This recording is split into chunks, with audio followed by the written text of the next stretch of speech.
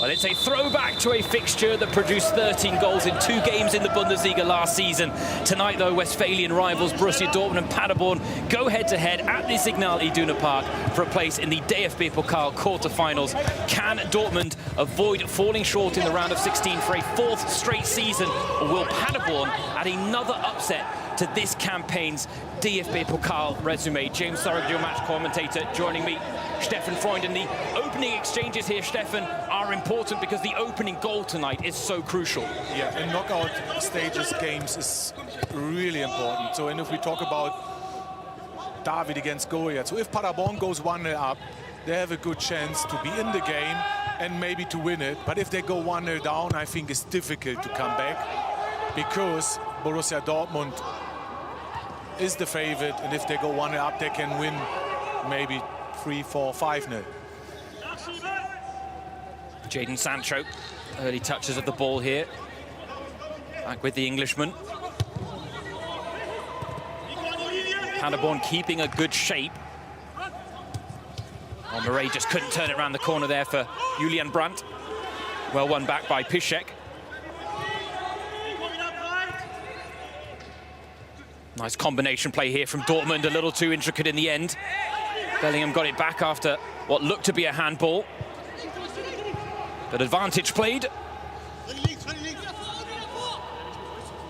And James, tactically we've been right. It's Piszczek on the right, Emre Can in the middle, and Akanji on the left. So it's a back three. First time this season under Terzic they play with a back three. Yeah, it was the formation they moved and used more often under Lucien Favre, although he went back and forth between a 4-man backline as well. And it is a formation that many believe better suits the Dortmund squad, with the likes of Nico Schulz, Rafael Guerrero on the left, Moray Meunier on the right. And Zagadou and Hummels, 2 very good center halves on top. They're not involved today, they're injured. So overall, they can play definitely with back three, and I like that way that you are flexible as a team. You can play back 4 and back 3 if you have to change to win the game. Well, Murray wins it back, looking for the 1-2 with Sancho, but Jadon Sancho goes the other direction and gets shut off there by Christopher Antwerp. Now a chance for Paderborn on the break, and this is where they look to pose the threat. Emre Can making his presence felt against Sven Michel, but he's done well here, Michel. Back with him. 3 goals already in the DFB-Pokal this season. Yeah, what a massive win in Union Berlin. They lost only 1 game this season at home against Augsburg. First game, first match day. So what a performance. So that shows they have a chance today. The ball over the top looking for Antwerp. One of those players that has stuck around after the summer, though there were suitors because he was one of the more impressive performers in the Bundesliga last season. The only player on the Paderborn books to feature in every single league match. Yeah, and they lost 14 players. We spoke about that, James, before the game. And it's difficult for Steffen Baumgart to be on top straight away. So not the best start in the 2nd Bundesliga, but now 26.9 position, 6 points behind the top 6. So overall, they're still involved maybe to not to go up, but to come closer to the top teams in the 2nd Bundesliga. Yeah, already showing confidence here, though, the visitors. This is a nice spell of possession. Composure on the ball, working it through the ranks. A patient approach here with Antwerp.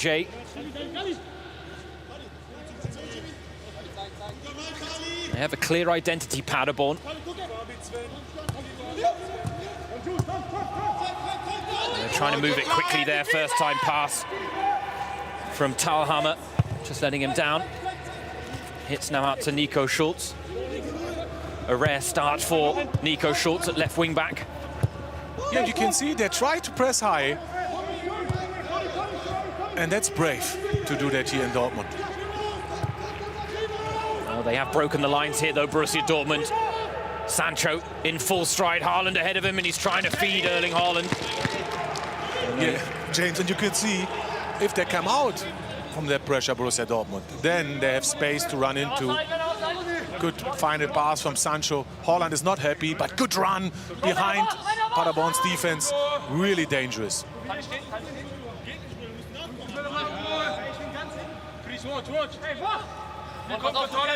Sancho to take the corner. Towards the near post, Tran with the flick. Oh no, it came through to Manuel Akanji. And that was some brilliant defending there from Frederic Anu. Good cross. Is it Emre Can with a flick? And what an opportunity for Akanji.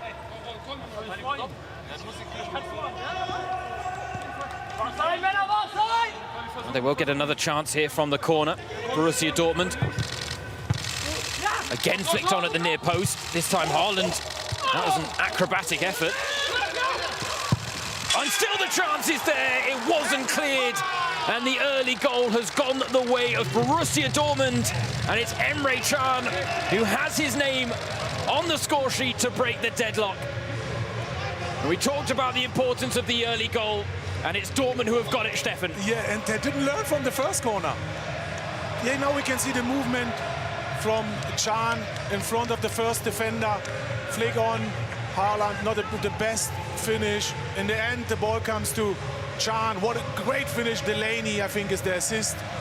And set pieces. We spoke about set pieces the last few match days. So important in football. Well, it's been Dortmund's vulnerability, set pieces in recent weeks, but they have opened the scoring from a dead ball situation themselves, much to the delight of Edin Terzic. As Steffen pointed out, had Paderborn got the opening goal, it really could have put the cat amongst the pigeons. Instead, a goal that will just settle the nerves a little bit for Borussia Dortmund. And of course, when these two sides met last season here at the Signal Iduna Park, a game that ended 3-3, it was actually Paderborn who took the lead early. Streli Mamba scoring in the 5th minute of that game. It gave us the wonderful headline of Mamba number 5. Unfortunately, it did end in a 3-3 draw after Paderborn had led at half-time. Tonight, though, it's Dortmund with the early goal through Emre Can.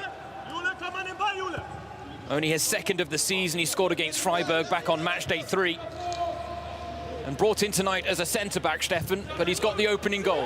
Yeah, set pieces, he will go forward. His header is not the best. The best one for me is Hummels on the Borussia Dortmund side. But next one, oh my goodness. Erling Haaland with space to work with here, cutting across his man, and the goalkeeper tried to do it all alone. And he ran out of space in the end, and Nico Schulz can't turn the effort on target. Delaney's pass behind the defense. Paderborn high up the pitch. For me, too much risk. And what an opportunity for Schulz. Weaker foot, but that's the space that we were talking about Erling Haaland being afforded tonight by Paderborn. Dortmund quickly working the channels there with Delaney. You don't naturally look at the Danish international as the creative hub in midfield, but one assist already tonight and close to a second there. But that is what Erling Haaland brings to this side. Constantly looking to make that run off the shoulder of the last man. And if he gets the service, normally we see him score. But he loves to take it around the keeper, doesn't he, Steffen? And he almost tried too hard there. Yeah, because he's one of the quickest in the Bundesliga. And that's why he thinks a good touch behind the goalkeeper. He has a tap in. But what an opportunity. Normally he scores from that position. And then 2-0 up after 10 minutes or 9 minutes. Then normally the game is already in the pocket for Borussia Dortmund. That is exactly what we said. Early goal for Borussia Dortmund. That's a danger for Paderborn now. To concede maybe 3, 4, 5. You can hear, though, Steffen Baumgart calling for his side to still be courageous, and that was the battle cry before this game. And he admitted that they need to have a sensational day to pull off the upset, but that they were coming here to the Signal Iduna Park to do just that. Sven Michel thought he was going to get a corner there. Nothing given. I almost feel like with that set-piece routine, Dortmund maybe learned from that Köln defeat, where it was them who had the flick-ons at the near post, Stefan. Yeah, Wolf did it twice, and that's why this time is a chant 2 times. And in the end, the ball came to him again. There's Chan's long ball forward there, didn't reach its intended target. Here's Collins, gets past Moret, who committed. Space now for Fury. There's a teasing delivery, but met by the head of Chan. Now with Antwi Ajay and Nanu looking to take on Nico Schulz.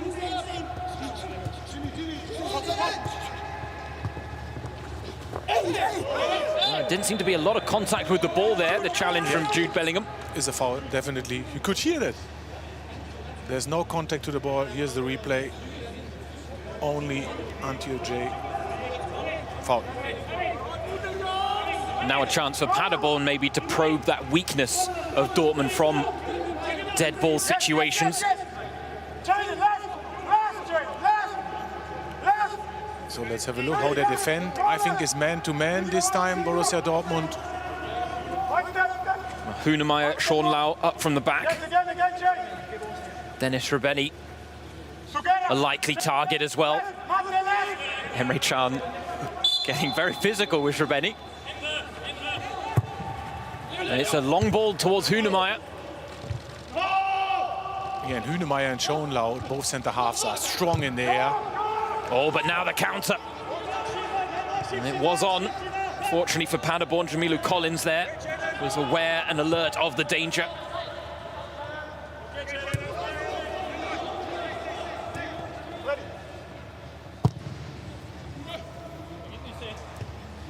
Bit inventive there from Singeler, putting his teammate under pressure.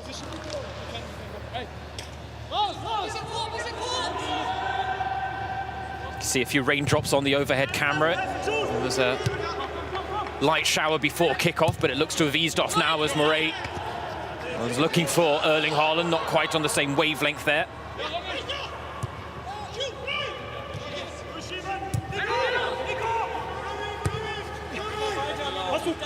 Yeah, what we can see, Michel starts from the left side, Srebeni as a striker in the middle. Antwi Ajay at the moment of the number 10 position, and Fury on the right, so lots of rotation. And I'm sure Steffen Baumgart likes to have the pace of Michel on the wings. He's certainly a player that drifts out wide to cause problems there.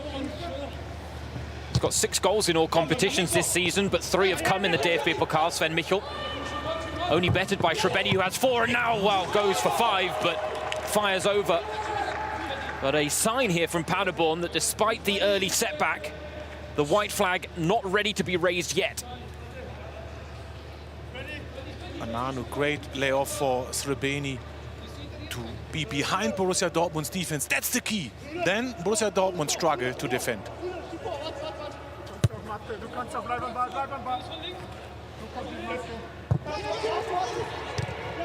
Paderborn really applying a high press now. They've kind of felt their way into the game in that respect.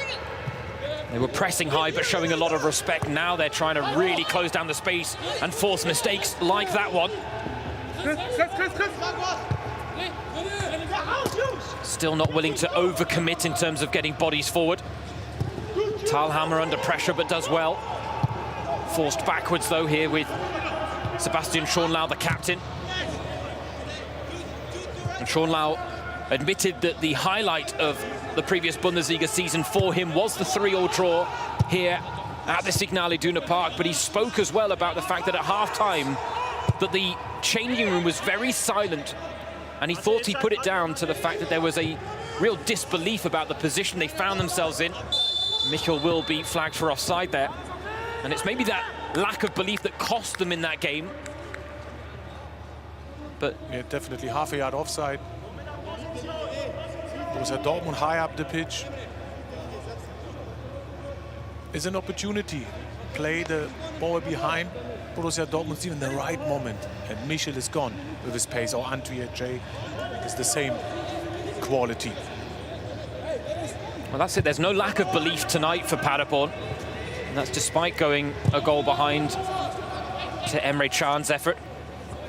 But is that the key, Stefan? It's really getting in amongst this three-man back line, maybe causing a bit of uncertainty because they're missing the leader, Mats Hummels. And of course, as we've mentioned, this is the first time they've played in this formation under Terzic. But I'll hold the thought, though, because the counter's on here. One long ball to Haaland. And now Jadon Sancho. Oh, he almost took one touch too many. But in the end, a cool, calm, collected finish from Jadon Sancho. And on the quarter-hour mark, Borussia Dortmund have doubled their advantage. And that's how quickly it can go for them tonight, with Paderborn leaving space in behind. They are showing courage, but they're being punished for it too, Stefan. Yeah, and it looks like the wrong match plan. So they're brave, they go forward, they press high, long ball from Hitz. And then is Haaland is keeping the ball. And then this Paderborn is too open. There's no back four to defend together against Sancho's pace, and then you can't stop him. And I think he's playing like a second striker today, and Brandt a little bit behind. So they're flexible and so far unstoppable.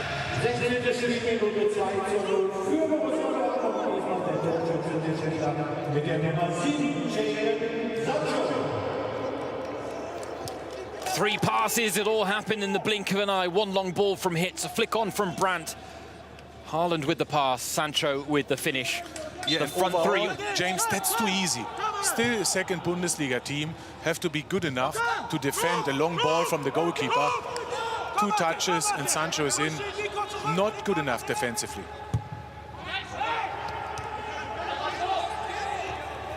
Jadon Sancho does make it 3 goals in 3 games in the DFB-Pokal this season after the efforts against Duisburg and Braunschweig.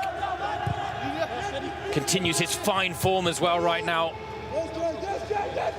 Certainly had a bit of a dip, which was to be expected of a player of his age, and especially given the fact that he had set such a high bar, hadn't he, Stefan? And now this season, especially in 2021, we're seeing him back to his best. Yeah, exactly. And nothing to say. Well done, James.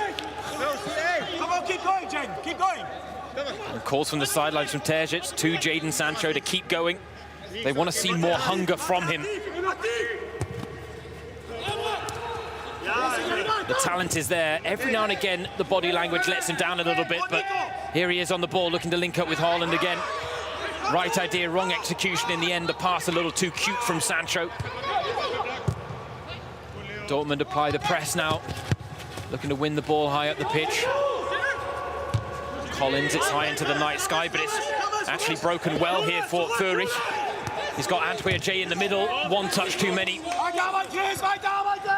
Chris Führig, who is on loan at Paderborn this season from Dortmund's reserve side. Spent last season with the Dortmund reserves after moving from Köln's under-19 team. He said it was a successful year with them, but he was looking for more game time at a higher level. Feels he's got that in Paderborn. Piszczek under pressure. Neat little turn, though. Sancho was offside, but Haaland wasn't. Hunemeyer does well. Hunemeyer, another that has a past link with Borussia Dortmund. He was in their youth academy for several years. Made 150 appearances for the various Dortmund youth sides. But Paderborn is really where he found his home. Emre Can up against Sven Michel. It's a bit of a mismatch in the air there.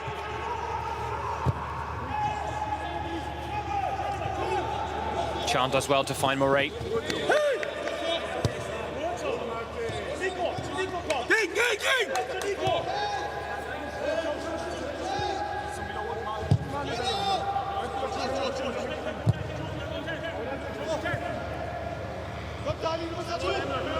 Sancho again.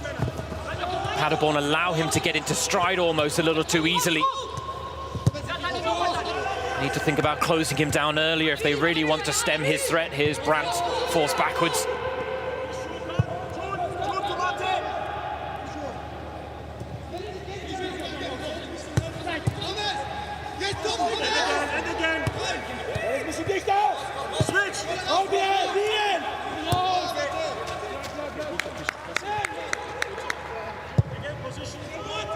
Dortmund with a lot of control in the game, Stefan, and that's going to make it very difficult for Paderborn to get back into this. Yeah, 2-0 down already. Psychologically very difficult now for Paderborn to come back into the game. And they control the game, and Emre Can is bossing the defense. Great long ball to Haaland now. Oh, look at the strength from Erling Haaland, and look at the desire as well. He gets sandwiched out. And referee Tobias Stieler had a long look at that. Haaland still protesting, but he fancies getting on the end of another chance if it's created. Sancho. Dortmund still scrapping away. Haaland now having words with Tobias Stieler, asking the question how that wasn't a penalty. Your thoughts, Stefan? Okay, let's have a look. There's contact from both sides. No, he's jumping a little bit too early, Haaland. For me, not enough for a penalty. I think the thing is, Stefan, as well, he had just outmuscled Ananu off the ball with a very strong challenge, and then almost a lighter challenge made him go to ground. Exactly.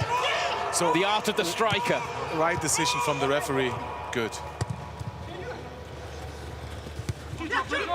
But the work rate from Borussia Dortmund today, James, fantastic. New system, but they press high. Everyone works hard. Emre Can in that Hummels position in the back three is organizing everything from the back. And I think Paderborn is still surprised they play with the back three. I think you're right. I think it's thrown them off a little bit. Because Paderborn are basically playing with a three-man front line themselves, so it's really one-on-one across the board.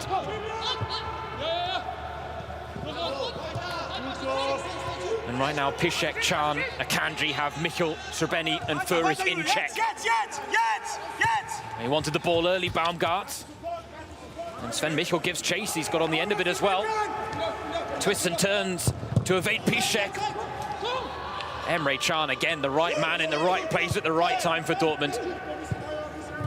I know him really well. He was my under-16 or 17 captain for Germany, and he loves to boss the game. He loves to have the ball. He loves to organize.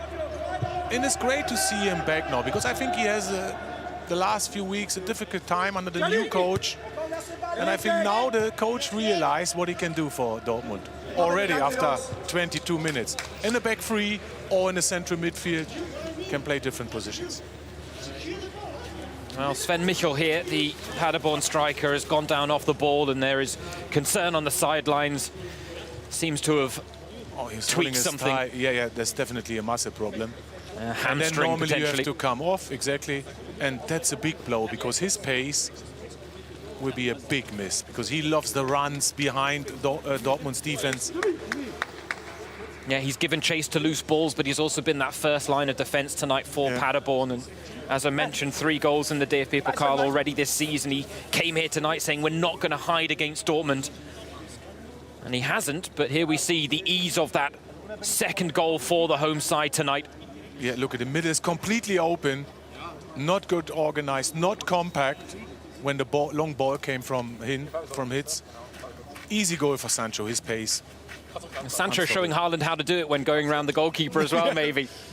And I think, I'm not sure he's a little bit faster, but clever finish. But I think Ingelsson will come on for Michel. It's a more defensive move. Number 31 is on.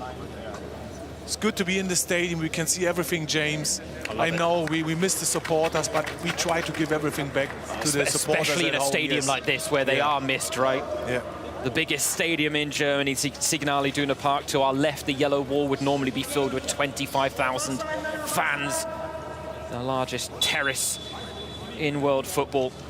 And it is Ingelsson who comes on to replace Sven Michel. As a result, I would imagine Dennis Srbeny will move up.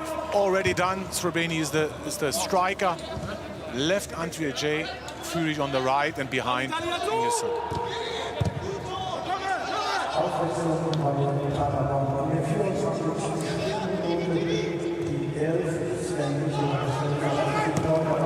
Well, a chance here for Paderborn, and that really would have sparked a bit of life back in this game.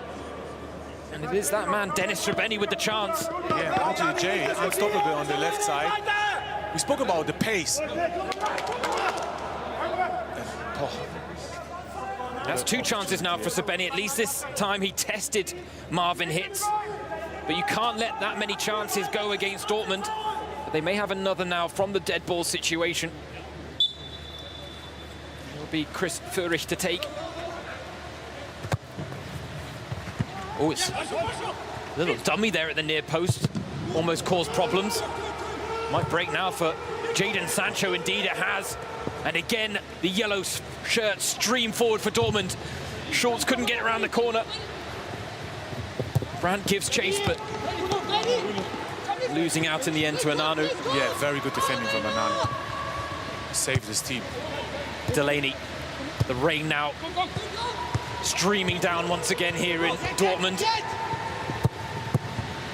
Drilled in by Schultz now with Sancho. Brandt was trying to flit into a pocket of space. It all got very compact there for a moment, but now a chance for Paderborn to break. They've done well here to find the space with Jamilu Collins. He's got Antwi Ajay in support. Here is the number 22. Schallenberg onto Thalhammer.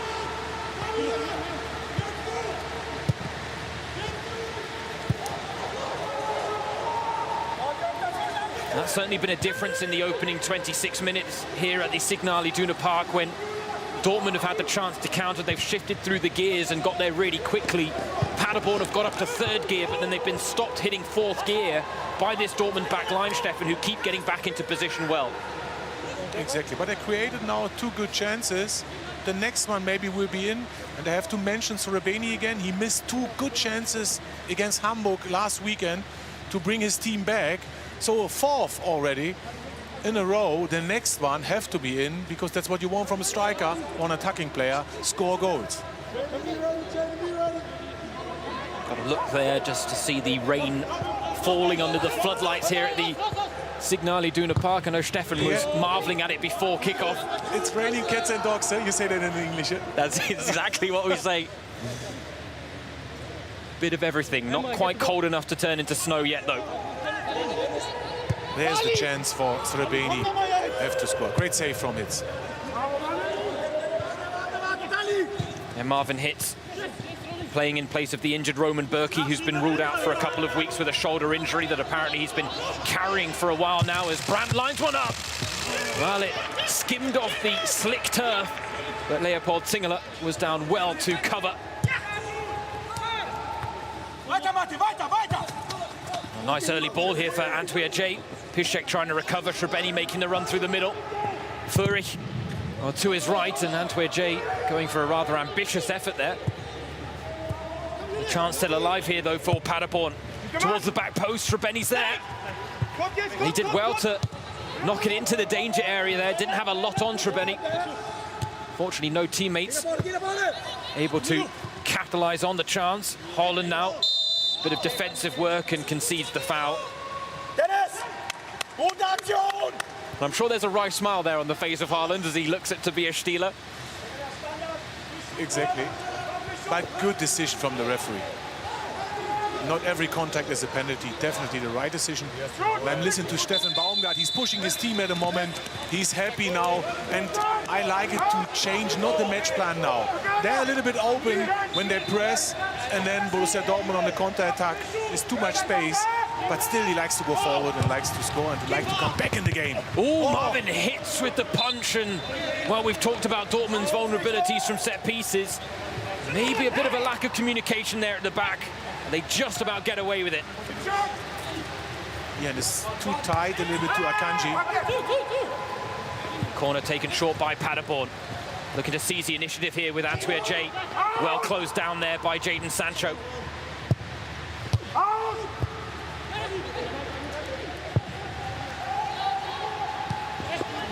Nice ball out wide. Trying to work the channels themselves here, Paderborn.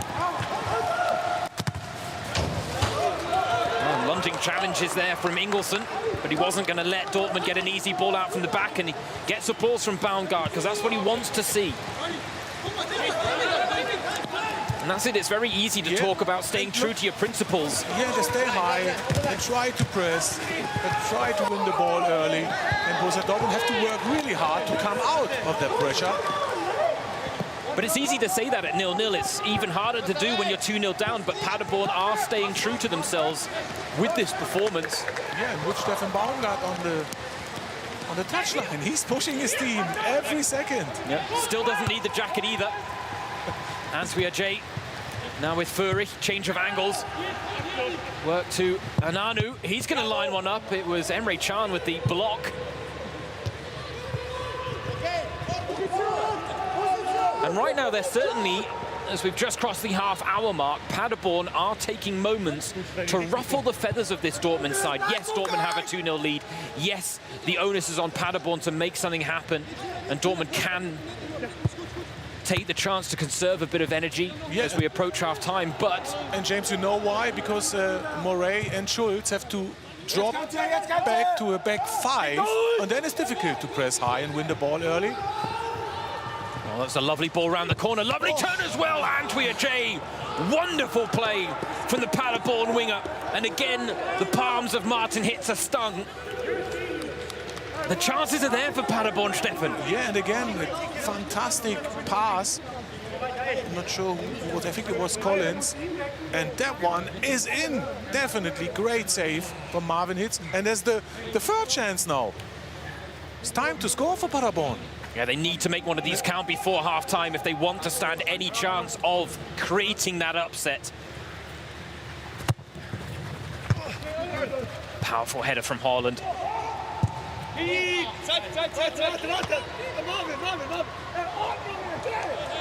Well, Emre Can there just asking Hitz to take a bit of time and then quickly turning around and calling for organisation from his teammates.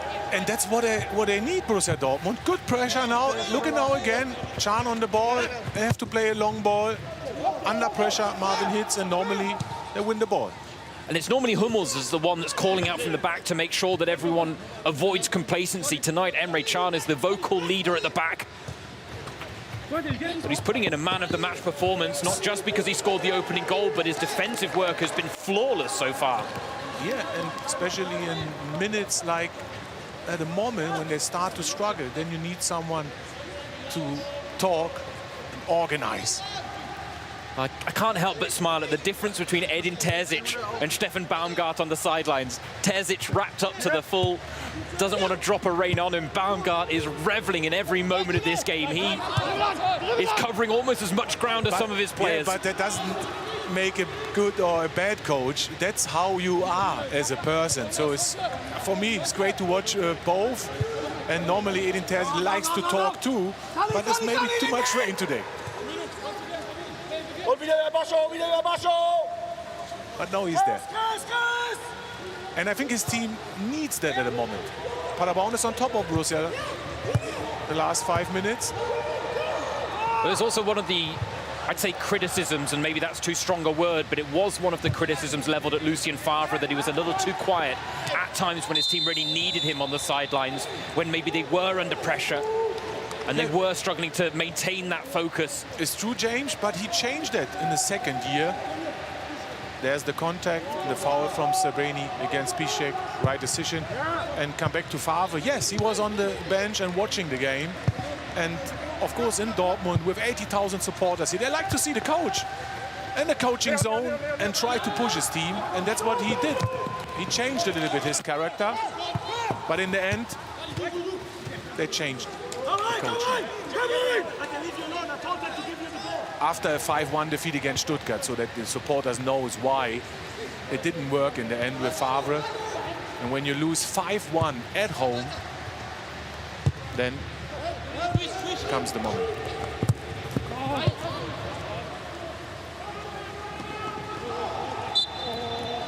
Yeah, Dortmund did let go of Favre, but a bit of patchy form in 2021 and some big losses against Bayer Leverkusen. Borussia Mönchengladbach have really suffered or landed a blow to their title aspirations. 13 points behind Bayern right now, and they have the most losses of any Bundesliga team in the top half of the table, which is a remarkable statistic when you consider the fact that this was a Dortmund side who, at the start of the season, Stefan, they had the best defense. They were scoring goals for fun.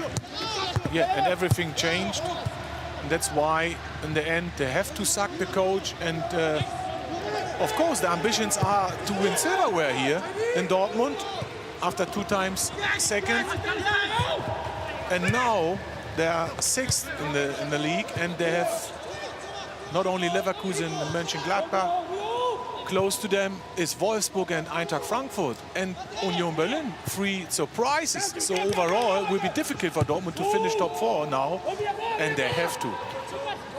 And I think that shows the extremity of their situation, the fact that we are even questioning whether they might get into the top 4. That's not where Borussia Dortmund want to be. It's not where this squad really aspires to be. They're showing a bit of style tonight. That pass didn't quite come off, looking for Julian Brandt.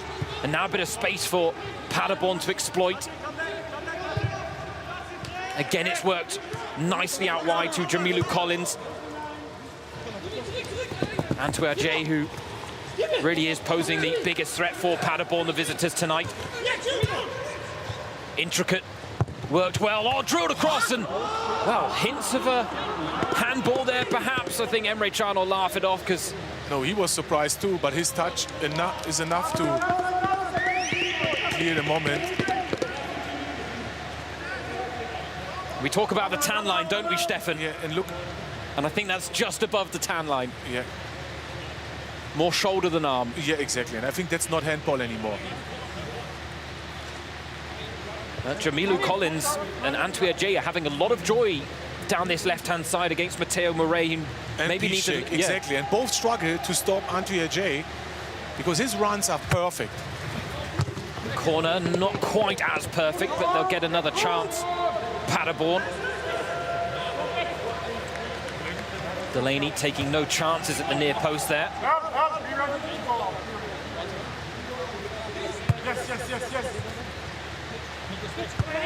Trying to change the angle here, the visitors.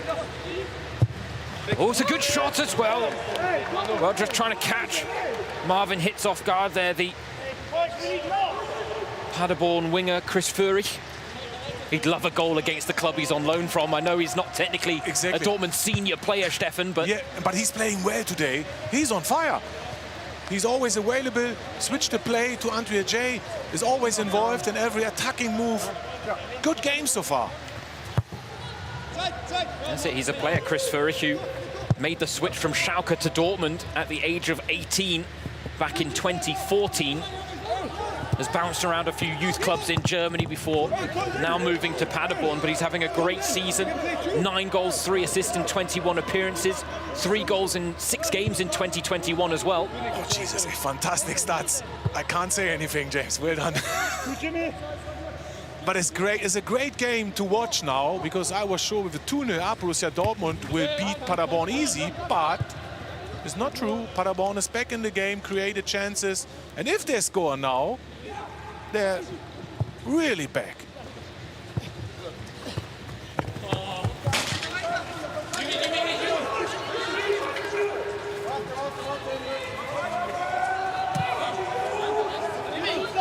Again, high pressing. Match plan. Sancho. Now is coming out of the pressure. That's the danger for Paderborn. And I think that's the right answer. Tactical foul, don't take me wrong. But if Sancho goes and wins that 1-against-1, then they will create a 100% chance.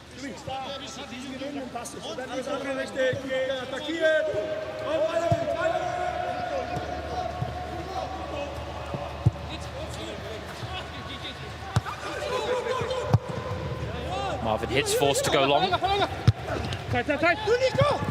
Ooh, strong clash there in midfield. Nico Schultz, the guilty party. It was a 50-50. Yes, exactly. It was a 50-50. I think it's not a foul. Both go for the ball. Schultz is a moment too late. Right decision, foul. Yeah, Thalhammer there on the receiving end. The man signed from Ingolstadt in the summer.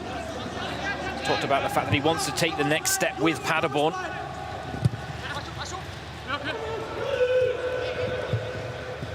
Singele very cool on the ball, but not the best pass. Commentators curse there, Stefan. Oh. Haaland. Now Delaney with a rare chance. Well, he doesn't score many goals, Thomas Delaney.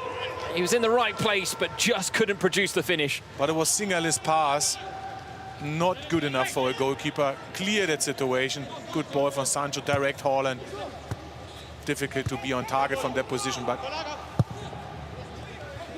good chance. 5 minutes left in the first half, Stefan, and for Borussia Dortmund, certainly a case of a positive first half, but there are warning signs they need to heed, and I'm sure that will be Edin Terzic's message at halftime. And he has to. If they score the goal, the next one, they're in the game, because then they can turn it completely. But Borussia Dortmund, if they start to go forward and they score the third, then it's done. Next goal crucial as a result, but this is the open and attacking game we were expecting. Srebeni, hint of an offside there, and well, Delaney just marshals him off the ball. The flag was up on the far side. Can takes it quickly out wide to Nico Schulz.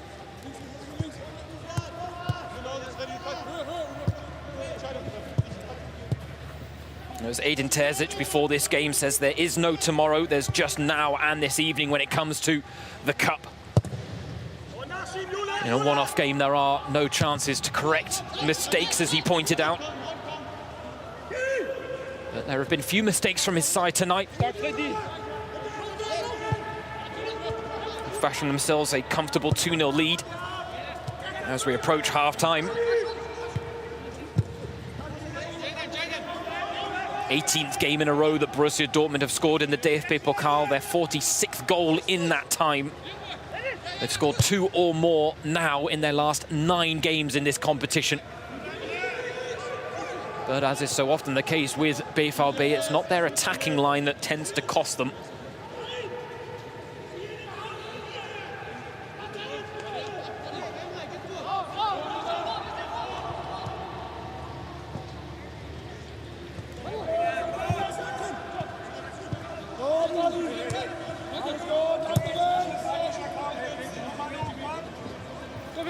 And you have to think, though, for Stefan Baumgart, the Paderborn head coach, there will certainly be inflections that he can take from this first half performance that he can use to fuel his side during the halftime break to see if he can get any more out of them. It was an uphill challenge before kickoff, and the incline has only gotten more difficult. Dortmund coming forward dangerously, though. Schulz couldn't find Sancho. Really has been the story of Nico Schulz's Dortmund career. Promising until that last moment. The end product oftentimes letting him down. Murray pounces there. Jude Bellingham so often the link in midfield for Dortmund. Sancho to Schulz. Deflection on the cross, and it's behind for a corner. In fact, as he's getting into the right positions, though, Nico Schulz. The early ball was the right idea, especially when you've got the likes of Erling Haaland ready to attack every delivery into the box.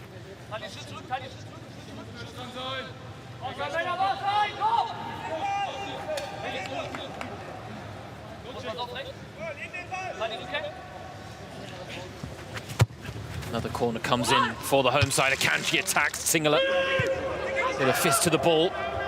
Brandt first to the loose ball. He's going to put it back into the mix. Now Murray.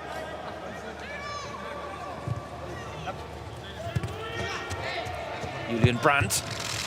Dangerous position, and another important block on a cross into the box. And another corner for Borussia Dortmund. Hints of an offside there, and I think it probably would have been given if it had resulted in a goal. Of course, we should point out that the video assistant referee is in use tonight. didn't feature in the first 2 rounds of the DFB-Pokal. Comes into effect in the round of 16. Sancho with the corner. It's a good corner and met well by Piszczek at the near post. But if anything, his header seemed to just take the pace off the ball, and as a result, Singular can collect. That's a strong challenge, but a fair one from Emre Can. Can they rub a further salt in the wounds before half-time here, Borussia Dortmund? Delaney, well, almost doing a little too much there on the byline. On my foot, he's still on my foot. Honestly. Well, you can quite clearly hear over the microphones what happened there. Thomas Delaney just stepping on the foot of his opponent, but it was there the... Oh, there he does, he steps right on the foot of Uwe Hunemeyer. Not finding himself in a natural position there, the centre-back, as he looked to get the cross in, but the more worrying sign for Paderborn, as we see that 1 minute of time added on at the end of the first half, is the fact that Frederick Ananu, who has been impressing in that right-back role, has also taken a knock after that clash with Emre Can. Here we see the foul. And he won the ball, but he did get a chunk of the man as well there, Emre Can. Went to go check on his counterpart. Just some of the gesticulations there on the sideline from Steffen Baumgart that are keeping him warm despite the short-sleeved attire tonight.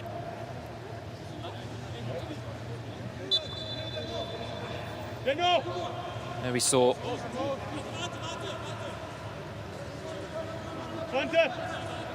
a shot of Johannes Dörfler, who could step in at right back. It's a position he's played a lot this season. If anything, Ananu came in against Hamburg, kept his place tonight after a very strong performance, as Bellingham is the latest to get a knock to the foot. And actually off the ball, Matteo Murray has gone down as well for Dortmund. Players just dropping like flies right now. This won't be a welcome sight either for Edin Terzic, who's already competing with a pretty lengthy injury list.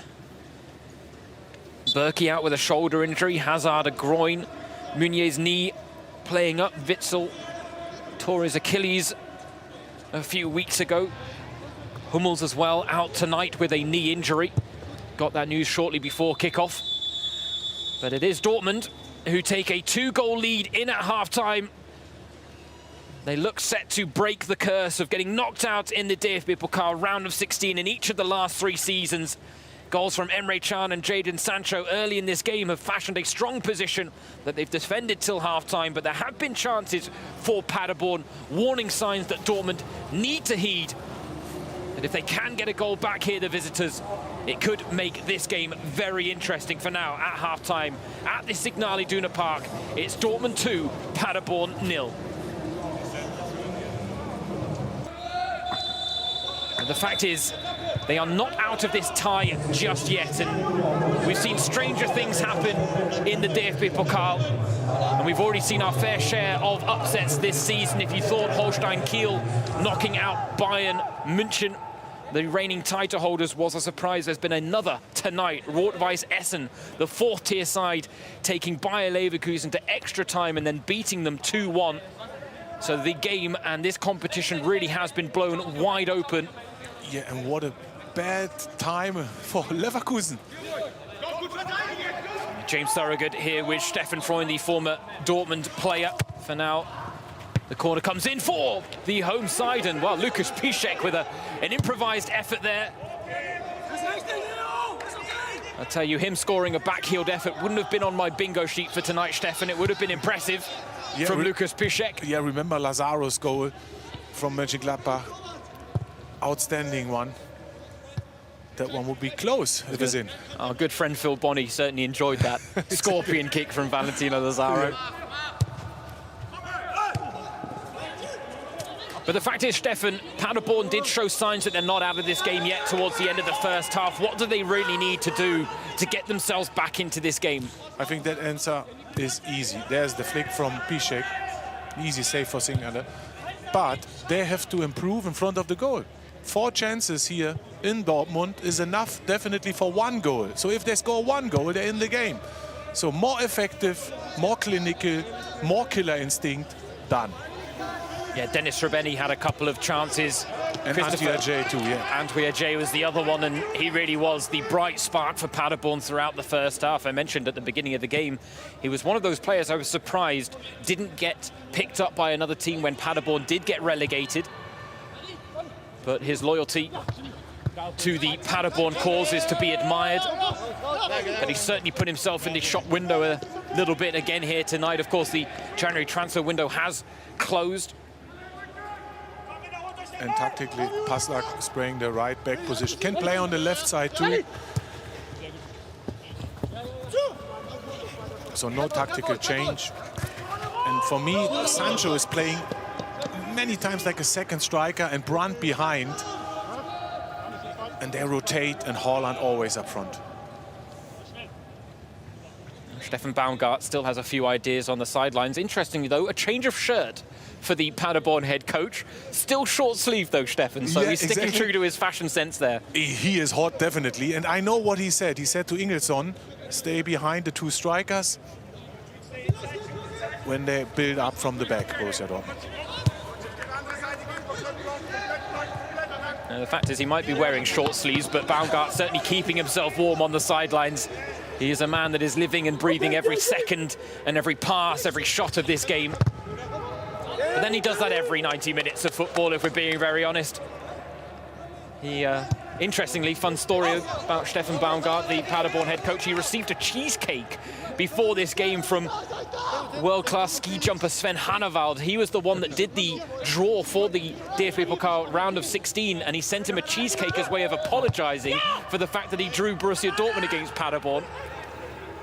Great story, James. Fan of cheesecake yourself, Steffen? Not my favorite. Ah, that's all right. Doesn't have to be. I'm certainly not impartial to one myself, I'll be honest. Emre Can, a player that we have praised a lot tonight, and rightly so, for his imperious performance in the back, but also the fact that scored the opening goal. Lovely left-footed strike, pure, when Paderborn failed to clear their lines from a corner. And then it was a killer breakaway from Borussia Dortmund. 3 passes, 4 touches. Went through Brandt and Haaland before Jadon Sancho continued his incredible run of form. That's now 4 goals and 4 assists in 2021 for the Englishman. Many of whom thought he was struggling this season, Steffen, but he's proven them all wrong now. Yeah. Nothing to say. Well done, James. So let's have a look how Borussia Dortmund are performing second half, because I like to see them press high like Haaland now, win the ball early back. We are the Bundesliga side.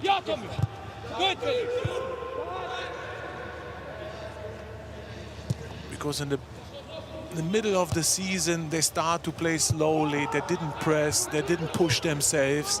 I like to see a performance 90 minutes, especially without the ball, working hard. Tempers flaring here a little bit as, again, Jude Bellingham is on the receiving end of a tough challenge. Ingelsson there certainly mistiming it. Yeah, and Ingelsson is on top of Bellingham's right foot. And of course, is not happy, and the yellow card is the right decision. Well, interestingly, he's not happy, look, but definitely too late. Ingelsson, that's why. Well, I think Srbeny's been given the yellow card for his remonstrations. Oh, okay. And I think Ingelsson, if I'm not mistaken, has actually escaped punishment here. Maybe a little bit lucky. Okay, then I can understand. Although the yellow card is still out here for Tobias Stieler, so Ingelsson is not going to escape. Srbeny did his best to try and distract there, Steffen. Well done, James. It's great to be in the stadium. You can see everything from here. And he was too late, and I think deserved yellow card. Yeah, Ingelsson, who was brought on in the first half after an injury to Sven Michel. And he can't have many complaints there. He's far too late.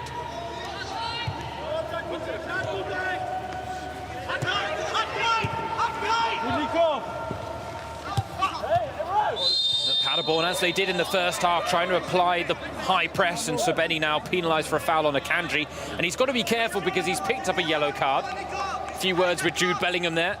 Yeah, and he's too late too. Shows a little bit too much emotions at the moment. And then, next foul, you're off. That's it, especially when you have already caught the attention of the referee. Yeah, if anything, you want to do things to go off the radar again. Furish couldn't beat Bellingham to the ball. Bellingham, lovely 1-2. It's yet another performance from Jude Bellingham where you watch it, Stefan, and it's almost hard to believe that you're watching a 17-year-old play, because he doesn't play like a 17-year-old. Exactly. It's like a Musiala from Bayern Munich, 17 years old.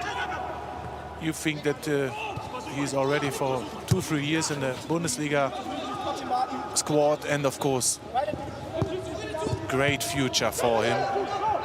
But a few downs too already in that season. I remember his first game of good pressing from Holland.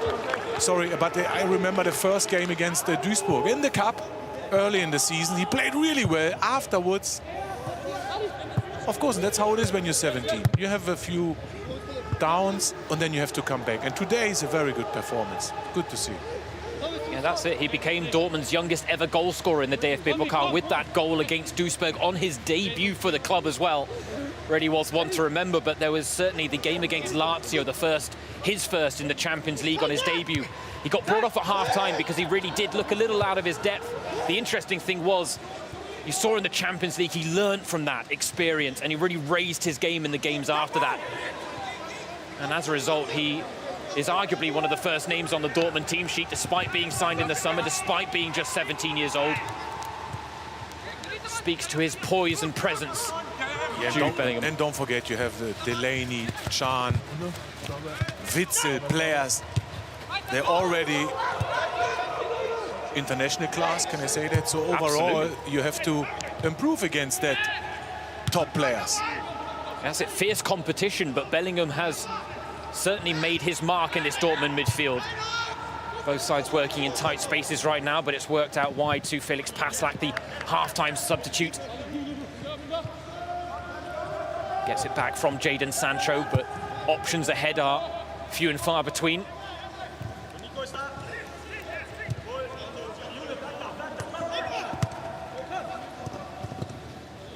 Brandt trying to skip away from the challenge, but he's lost out in midfield. Nice little touch there from Antwi Ajay to take it away from Julian Brandt. Having an extended run in the starting lineup for Dortmund, Julian Brandt. And yeah, and did you hear Edin Terzic? He said, Julian, go back, win it back. So that's exactly what he has to improve. When he is losing the ball, defend.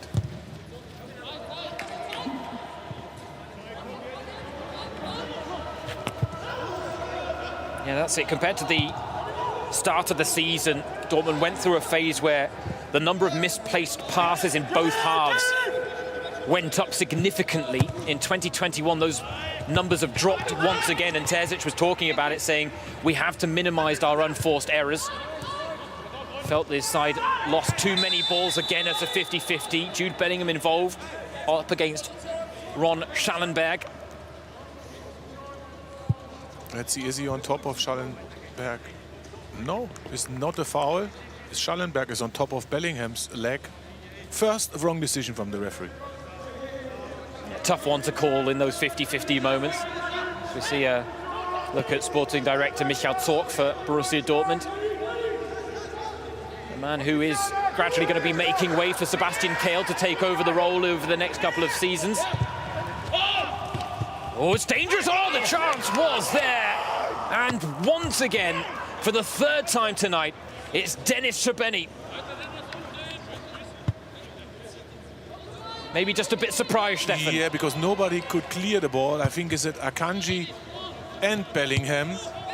And in the end, not enough time for Srbeny to bring the ball down. Third chance for him. A dead ball situation that drops dangerously in the box, and If you've watched any Dortmund performances this season, it's natural that your heart kind of jumps to your mouth at that moment when it was able to bounce in the box there. But Srebeni, for the third time tonight, unable to convert. Only one of those 3 chances as he actually tested Marvin Hitz. That was nice work from Felix Passlack, and there's lots of space here for Nico Schulz out wide if Brandt can find him, and he does. Passlack wants it on the far side now. Brandt provides the pass. A cross on the half volley was always going to be difficult to control, but the offside flag shut down the chance anyway for the home side. Yeah, is half a yard offside. The shoulder from Passlack. But can we say as well, Stefan, that Paderborn have certainly learned from the second goal they conceded tonight, because they have closed down the space at the back a lot more. That was the one moment they were exposed. Haaland worked the channels, Sancho worked the channels, and they were far too open and they were punished for it. Exactly, but I still believe in the plan, in the match plan, to press high and put Dortmund's back free early under pressure. And they did the last 20 minutes first half, and Borussia Dortmund couldn't create a lot of chances. So 50-50 decision, head on head. Accident. Hopefully Emre Can is fine. And arguably with Srebeni and Can, 2 of the hardest heads on the pitch, going tete-a-tete there, quite literally. Srebeni not quite as affected, but that'll leave a mark, I'm sure, for Emre Can. Stefan Baumgart, he's seen his side really pick up where they left off in the second half, Stefan. He's got to be pleased with that, because they're still showing courage, they're still making a nuisance of themselves, and they're still creating chances. They just haven't been able to reward themselves in front of goal just yet. Yeah, that's the only problem. Score when you create chances. That's why you play football. That's why you enjoy. And if you don't use your goal-scoring opportunities, then you have no chance, especially against the top team like Borussia Dortmund. They will score with that quality, and on top, of course, that's the difference. Individual class from Borussia Dortmund. Haaland just a fraction offside there. So you can see that Sancho is playing like a second striker against the 2 centre halves. That's a good spot from you, Stefan. It's certainly more of a 3-5-2 than a 3-4-3. And here's a Kanji in the unnatural role up front, but he's won it well. Schulz to Sancho. Akanji has stayed forward here. Bellingham. Little pocket of space to work with here for the youngster. Links up with his compatriot, Jadon Sancho. Intricate play here from Borussia Dortmund, but Bellingham is going to let it go for a corner.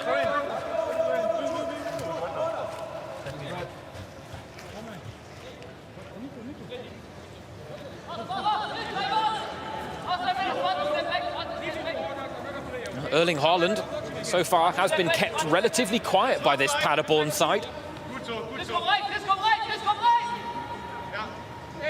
But the fact is, he only needs one chance.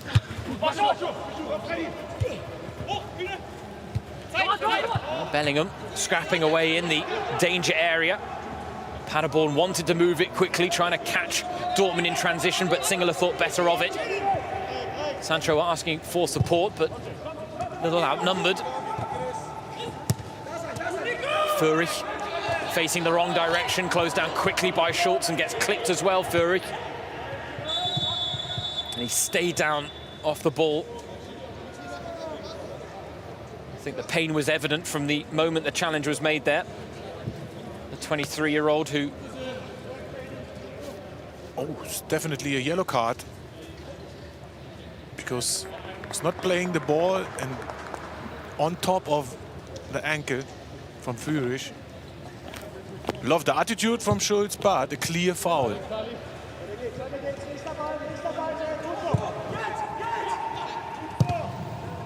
Kanji again looking to break the lines, couldn't find a teammate, straight back down the other end now with Srebeni under pressure. Does well to carve out the pass, and well, I'd make an argument there that advantage could have been played because a chance was brewing, Stefan, but... Yeah, exactly. Nothing to say. Let it run. because that's an opportunity for Collins to go behind the defense from Borussia Dortmund, and you can create a chance.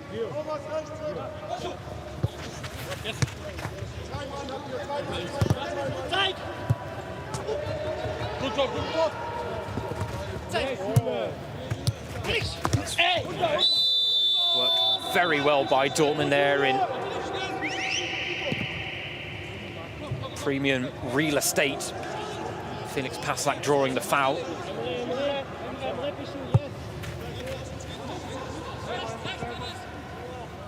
Just over an hour played now.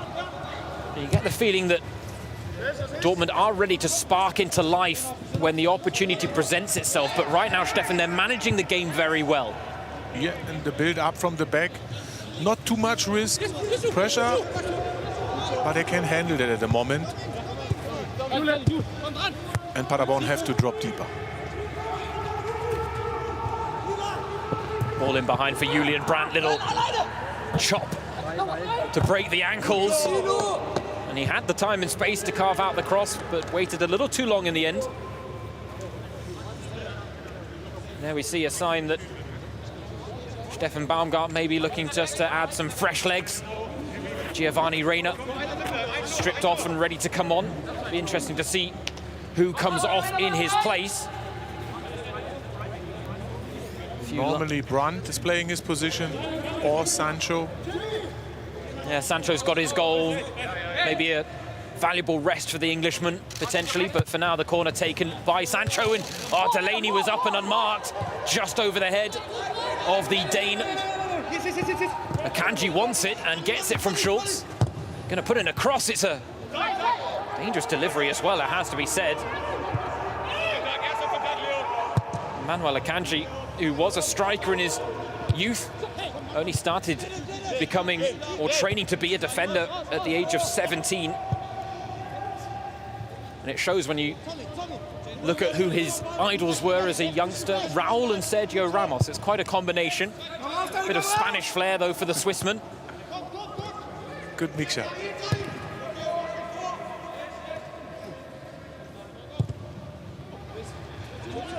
What a pass that is from Akanji.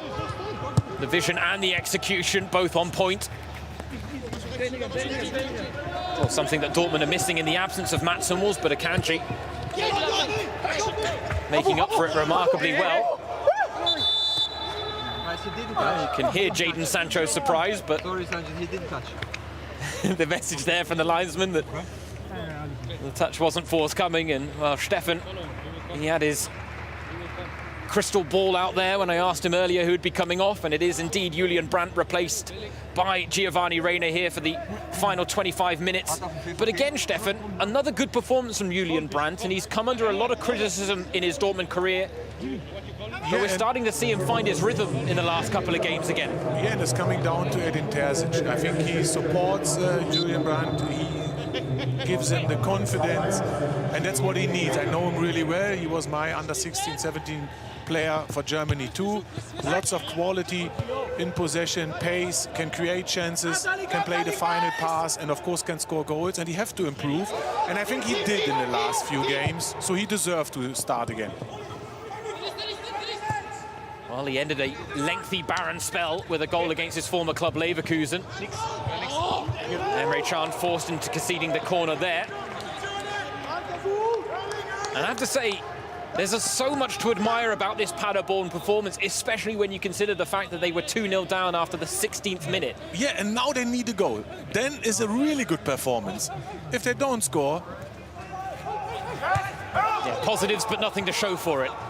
Yeah, you need goals. Furich to Collins. Is he going to line one up now? He does. It's not a bad effort. A couple of from range already tonight for Paderborn, but none have really done enough to test Marvin Hitz. Yeah, and I think it's too far away. Well, it looked like it took a deflection maybe as well. Yeah, looks like a corner. But tough one to spot. Yeah. See there, we've had a few changes for Borussia Dortmund. Now maybe the time for Stefan Baumgart to roll the dice. Yeah, this Terracino is coming on, and Justwan. So two attacking players. So he will change I'm sure, two attacking players to bring fresh legs.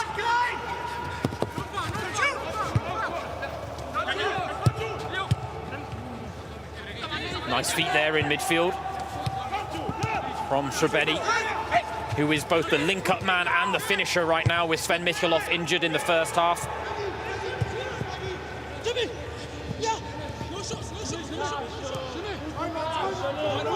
There was a chance to cross there. Not forthcoming, and now Dortmund have won it well. Reina with a strong challenge. The counter is on for Dortmund. That's the moment. Transition, pace. Haaland is playing off the shoulder of the last man again. Just couldn't take the ball with him, and credit there to Schönlau. Great defending, important, and Ananu too. So both did well against Haaland. And that will come in the next 23 minutes. More counter-attacking football and moments for Dortmund to score the third. And I think they have to. 2-0 is convincing, but when you take such an early 2-goal lead, you really do, if you're Edin Terzic, I'm sure, want to see your side maintain the momentum. And he'll be pleased with they're managing the game, but I think he'd agree with you, Stefan, that he'd want a third goal here.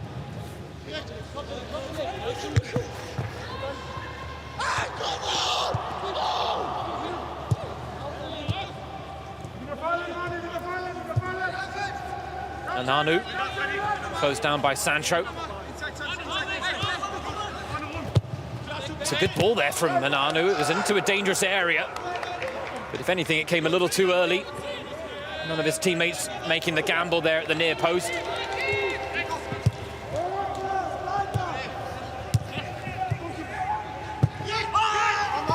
Oh, Akanji caught there by Srbeny.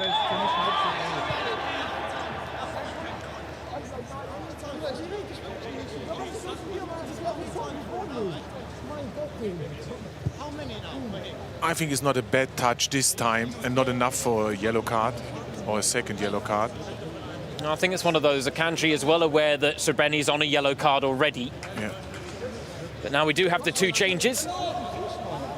Thalhammer replaced by Justvan.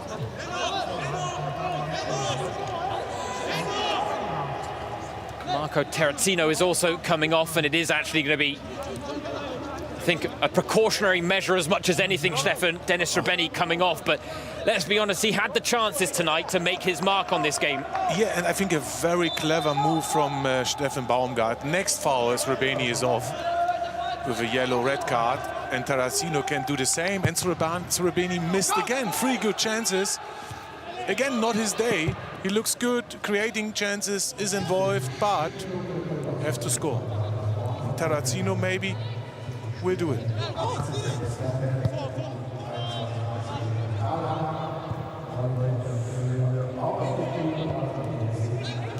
Marco Terracino, one of the journeymen in German football, but I always reference a quote from Christian Streich where he talked about how frustrated he had been with Marco Terracino throughout his career. He spent a lot of time with Freiburg on the books under Christian Streich, and Streich feels he's one of the most talented players he's ever worked with, but he's never really reached his full potential. Signed by Paderborn as a free agent after being let go by Freiburg back in October.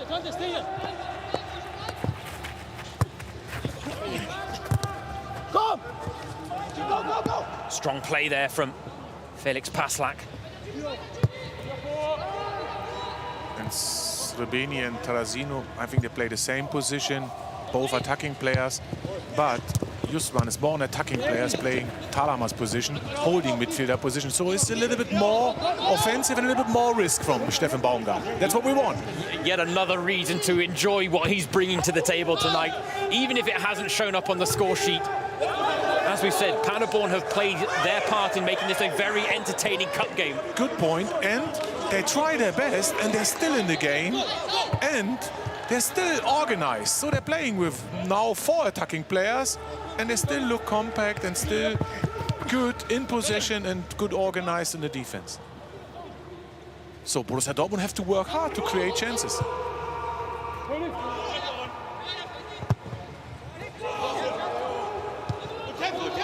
talked about the fact that this competition had been blown open by the fact that Bayern München were knocked out by Holstein Kiel, and earlier this evening Bayer Leverkusen knocked out by Rot-Weiss Essen. A chance now for Paderborn, perhaps. It's worked to Chris Fury. Big save from Hitz. And the follow-up effort is not forthcoming for the visitors, but it's another save from Marvin Hitz of great importance for his side tonight. And maybe the key moment of the game. Now the 2-1, everything is possible. Another big miss for Paderborn. And credit to Marvin Hitz, you're 100% right. Very good performance. Beautiful touch from Jadon Sancho, and the break is on for Dortmund. Haaland back to Jadon Sancho. Loses his marker with the first touch. And, well, the third sees him drag just wide of the target. But there was really nothing else on there for the Englishman. Had to go it alone in the end. The instigator and almost the finisher, Jadon Sancho. But it is those little touches sometimes in midfield that make him such a delight to watch.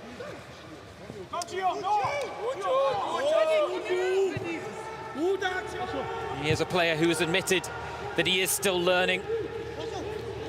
But when you talk about the improvements that we have seen from Borussia Dortmund under Edin Terzic, getting Jadon Sancho to put in the hard yards for the defensive work, as well as those in transition, has really been one of the feathers in Edin Terzic's cap, I think. Yeah, I think still early to say, because they lost against Mönchengladbach, they lost against Leverkusen. The big games, they have to improve. And look at that chance again. So 5 good chances for Paderborn, an average team from the second Bundesliga. I'm not sure about Edin Terzic. Sancho is playing better, but he played really well under Favre last season. So I think it's not a question about the coach, it's more a question about what's happened with Jadon Sancho. Yeah, maybe Sancho has realized he needs to have a more all-round game if he wants to be considered one of the best, because we know his attacking talents are there. 20 goals, 20 assists in all competitions last season. Set himself a ridiculously high bar that he didn't quite meet in the first half of the campaign before Christmas. Dortmund making another change, like for like in midfield. Mahmoud Dahoud on for Jude Bellingham. Another great performance from the Englishman as we see another Paderborn player go into the book. This time it's Sebastian Schornlau, the captain. Deserved yellow card. Sometimes that's what you need to do to handle Haaland, isn't it? Just wrap your arms around him. If he's gone, he's not. You can't stop him.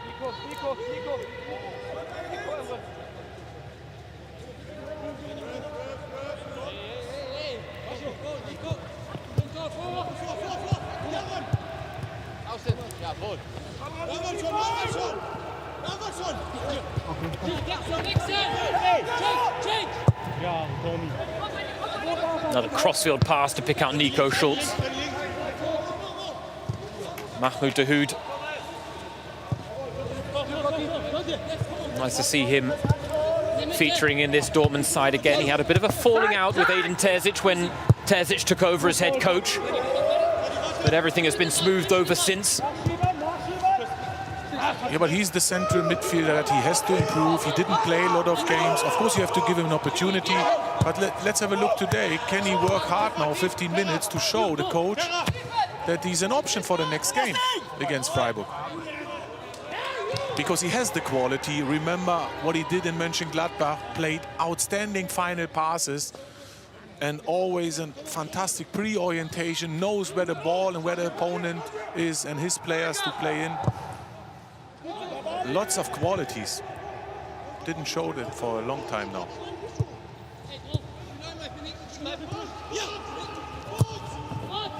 Early ball into the box, but again, no one had really made the run straight into the gloves of Marvin Hitz.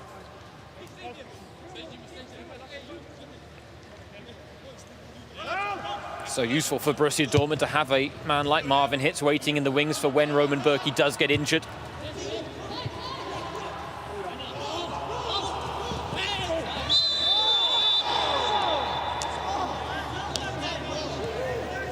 free kick in a promising position here for Paderborn.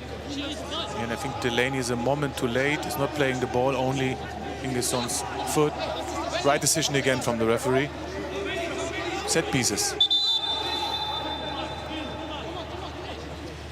The fact is, Paderborn have carved out a few chances from dead ball situations. Thomas Delaney picking up the yellow card. I'm not sure it's just for that foul. I think that's more an accumulation, because he certainly has made his physical presence felt in midfield. Yeah, the foul wasn't enough for a yellow card. There was something more. Maybe he said something to the referee. Oh, he's not a quiet player, let's say, Thomas Delaney. Yeah. There's a shot. Oh, dear me. Well, Marco Terracino is capable of the spectacular. Yeah, skillful midfielder. Like a topspin. It's going up. It's coming a moment too late down. Good technique. I think you can make the argument that Hitz would have had it covered, but again, it's just further testament to the ambition and courage that Paderborn are showing tonight. Yeah, and they still play high pressing when Marvin Hitz has the ball. Goal kick, and they're winning the ball early back. So there's no difference second half. I have to say that 2-2 chances. So if they score one goal, is everything possible? Maybe they don't, but the work rate is fantastic. Paderborn, they're back in the game, and they have more possession now. That's it. It does feel like a game where we could play for 120 minutes or maybe 180 and Paderborn might not score. It just hasn't been their evening in front of goal. The chances have been there, but the final finishes haven't quite matched the build-up play. On top of that, they've met Marvin Hitz in good form as well. He's made a couple of important saves, the Swiss keeper. There's a chance here, though, for Antwi Ajay. Bent is running behind, clipping it towards the back post. Oh, it comes now to Newsfan! Yes. And they've got the goal! A deflection on its way through! And let's be honest, that's what they deserve. Sorry to stop you, but... And there's a deflection. That's how it is. When you work hard, you believe, and you don't give up, you will score. And now... Antwi Ajay, great. Not the best clearance from Felix Paslak. Is it not deflected? Let's have a look. Is it Emre Can? Maybe. No, it's not deflected. It's maybe a mistake from Marvin Hitz, I have to be honest. Short distance, but you have to save the ball. And there were bodies in the way for Hitz to contend with, and if anything, he just seemed to anticipate a deflection when there wasn't one, actually. And that's what caught the eye there, but you're right, Stefan. Paderborn had been knocking on the door, and they needed that little bit of luck. And they've got it now. And the final 10 minutes now at the Signal Iduna Park are going to be very interesting because Dortmund have gone down a gear. Right, they have still created chances in this second half, but the intensity levels have dropped a little bit. They've looked to manage the game, they've looked to conserve energy a little bit more, and now they cannot afford to rest on their laurels because Paderborn are going to take this game to them for the final 10 minutes. And let's have a look. They can start to work a little bit harder now. I think that's the easiest way to come back for Dortmund now. Press a little bit higher and win the ball early back and then keep possession because you have the better side, but I can't see that at the moment. And Terzic has brought fresh legs off the bench with Giovanni Reina, Mahmoud Dahoud, but it hasn't really helped them pick it up, Borussia Dortmund. And that's it. There was a little bit of criticism of them coming into this game. Their form hasn't been sparkling.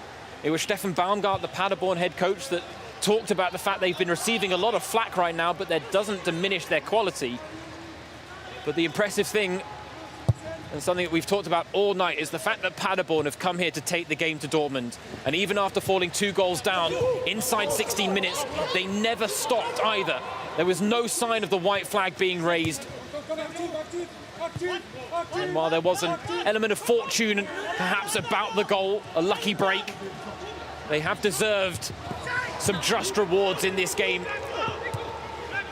And it's given them fresh confidence as well. All of a sudden, there's a little bit more energy in the Paderborn ranks. It's given them, put the wind in their sails, Stefan. Yeah, that's what you need when you work so hard. You create chances against the top Bundesliga side.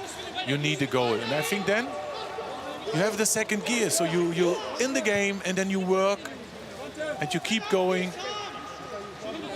And that's what they deserve. Not the best finish from just one, but enough. And that's it. You saw Hitz move to his right as he saw the leg of Can come out, thought it might get a touch, moved to his right, and that actually cost him in the end. No, but you can't do that. Don't react that maybe you deflect the shot. That's why it's an individual mistake. But if you watch the second half, and overall, a deserved goal for Paderborn.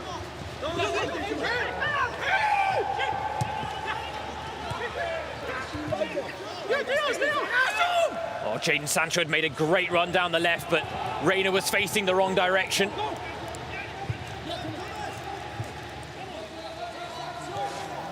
A reminder that Dortmund have been knocked out in this stage of the DFB-Pokal in the last 3 seasons. Before that, they went to 4 consecutive finals, including the one in 2015, which saw them lift the title for the 4th time. Space for Schultz to work with, looking to pick out Erling Haaland.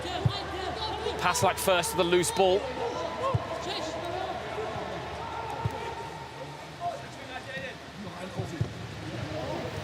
Oh, Akanji, misplaced pass, and he's now out of position. Furich. Well, it's Ingelsson,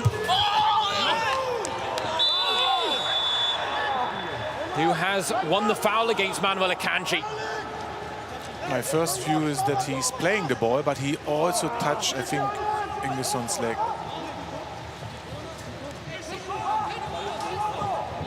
I'm not sure it's a free kick. You? I think we've seen fouls that have been more convincing, let's say that, yeah. Stefan. Good, thank you.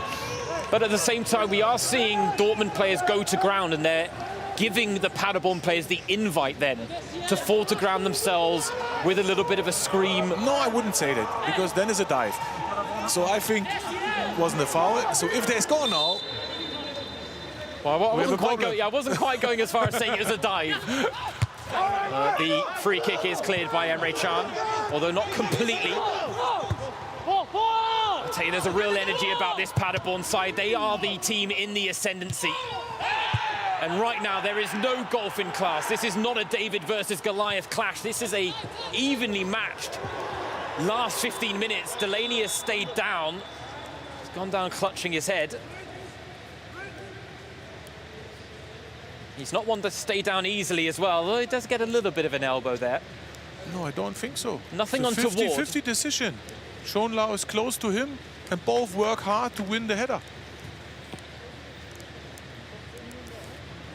I think it's a clever moment from Delaney to bring everyone down, be organized, compact, because Paderborn at the moment on top of the game. Anything to disrupt their rhythm. As we say that, they're readying another change, the visiting side. And it looks like it's going to be another attacking roll of the dice from Steffen Baumgart. Yeah. All in now, yes, full risk.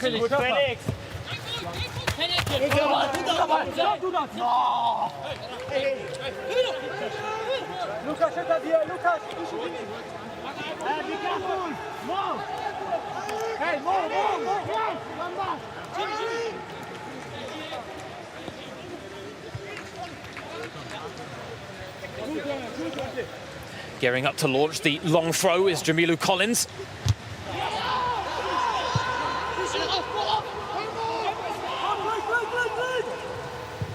Dortmund don't press too high up. The ball back into the mix was straight to Emre Can. He gives it away cheaply, though, at the other end. And that's exactly Borussia Dortmund's problem the last 20 minutes. When they win the ball, they don't find the attacking players, Haaland or Reina or Dahoud. They're not in the game so far. Second half, and that's why Paderborn is back.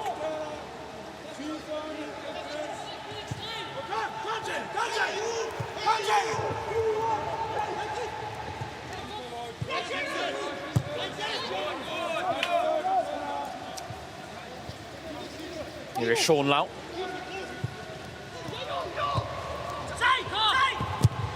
Furish loses the 50-50. When Paderborn last travelled to the Signal Iduna Park, it was they who took a 3-0 lead in at half-time, and it was a second-half comeback from Borussia Dortmund that saw both sides have to settle for a share of the spoils, and arguably it was Paderborn that walked away the more disappointed of the two teams on that occasion. Today, it's Dortmund who had a 2-goal lead at half-time, and it's Paderborn looking for the comeback. Stranger things have happened in the DFB-Pokal, and we've seen that already tonight with Rot-Weiss Essen, the fourth-tier side, knocking out Bayer Leverkusen.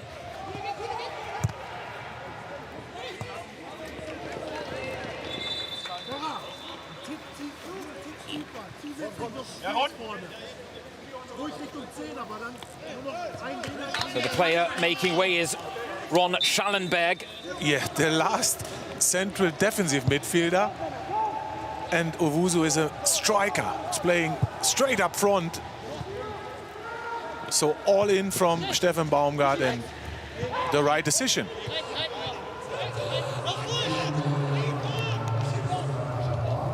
Yep, no need for defensive cover when you're 2-1 down. And it is an all-or-nothing situation. And 3 minutes to go. A couple of minutes of normal time remaining, and then I'm sure we'll eagerly anticipate to see how many minutes are added on at the end of the 90. Calls for the second ball, who's going to win it? And it's Dortmund who come away with it. Mahmoud Dahoud was alert to the danger. Paslak with another bursting run down that right-hand side, and just look at him go. And it took a foul from Collins to stop Paslak in his tracks. Yeah, and an important one. Gives you a little bit time, pace against Collins. I think he's playing the ball too, but contact is there. Free kick, time for Borussia Dortmund. That's what they need. Well, I have to say, it's the message that we've been staring at all game, Stefan. Auf geht's Dortmund, kämpfen und siegen. Let's go Dortmund, fight and win. And right now they are having to fight for this victory tonight as they look to book their ticket to the quarterfinals of the DFB-Pokal for the first time in 4 seasons. Yeah, and the south stand, 25,000 people behind Singer's goal, they would help now. So that's exactly the advantage what they miss, definitely. Because games like that, when it's tight, we are surprised it's still tight the game, but credit to Paderborn, but with the supporters behind, normally then you score the third. Erling Haaland trying to take on 3 Paderborn players, but he is human after all.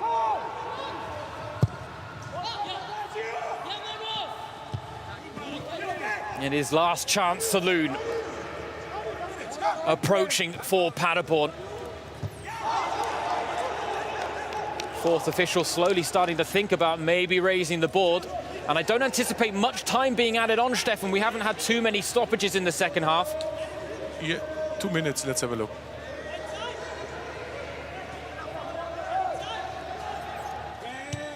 Every second will count for this Paderborn side. 4 minutes of time.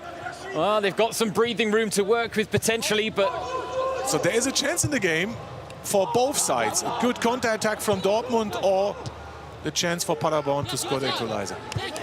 Many times happened in the past, in injury time. Well, I was going to say, the last time you commentated a DFB-Pokal game, there was a late goal that sent it to extra time. Exactly. Holstein Kiel, the benefactors on that occasion. Can Dortmund manage the game a little bit better? Could they maybe get a third themselves? Erling Haaland. It's a chance here for a third, and it should have been a third. Singela, though, denying Jadon Sancho his second of the evening. Well, the fact Paderborn struggling to get on the ball now, and that's not going to help them with time winding down. Oh, Jadon Sancho, nice run in behind. He's only got Reina in the middle, goes it alone. Denied twice in quick succession by Tingler, went for the cheeky nutmeg there, Jadon Sancho. Akanji wins it back well. And Dortmund right now taking the approach of attack is the best form of defense, but they've given it away. As I say that, Paderborn do exactly the same. I was ready to get excited, Stefan. Yeah, me too. Now Delaney. But it's exactly what Borussia Dortmund have to do when you're 2-1 up. You're taking the full risk, playing with 5 attacking players now. Go for the third. Now, Stefan Baumgart's basically lost his voice on the sidelines. I'm sure the short sleeves might have had something to do with that. Ingelsson gives chase, but more excellent play from Emre Can tonight, Stefan. Yeah, for me, maybe the man of the match. If Sancho scores here 2 good chances last 2 minutes, then maybe he is the one. But Emre Can is organizing the defense, and they have to work hard against the Paderborn side, creating chances. And of course, when you change the whole system to a 3-4-2-1 in the end, it's important to organize it. And I think the change of system will certainly give Terzic something to think about in the coming games.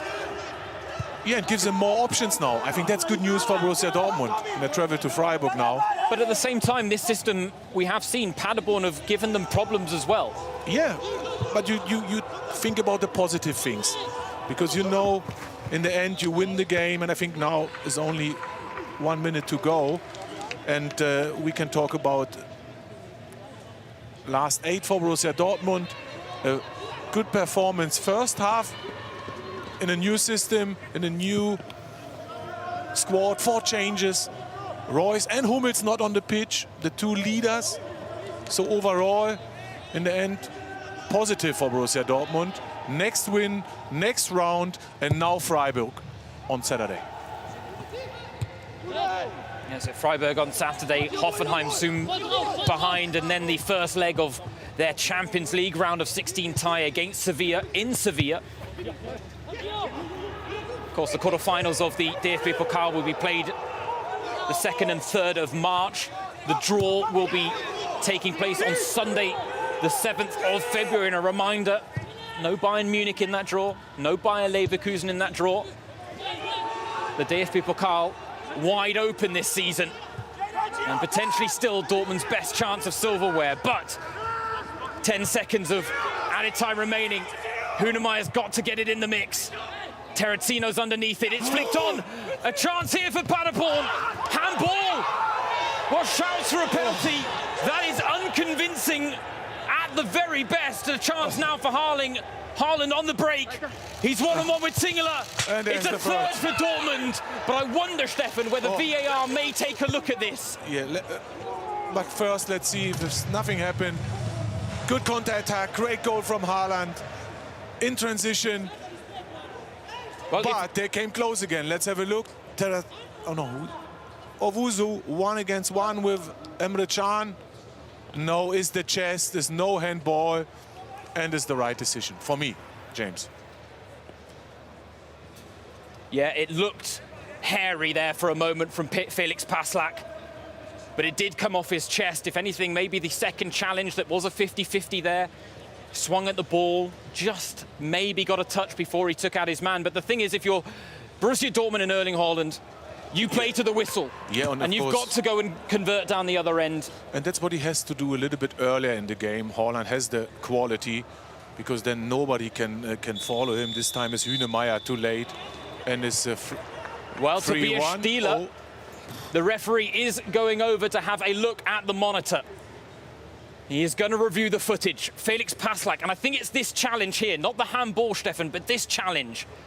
Yeah, because he's not playing the ball, Passlack, and then is the contact there. Is it enough for a penalty, or is it definitely the wrong decision? I don't think so, but now I think it's possible to have a penalty, because Passlack is too late and Schonlau is going down. Can be a penalty. Referee Tobias Stieler points to the spot. What a dramatic turn of events here in Borussia Dortmund's Signal Iduna Park. No handball against Passlack, but he's penalised for the follow-up challenge. And we have a late chance at an equaliser from the spot for Paderborn. With what will be, Stefan, the last kick of normal time. And it's going to be Prince Owusu against Marvin Hitz, and he sends it the wrong way.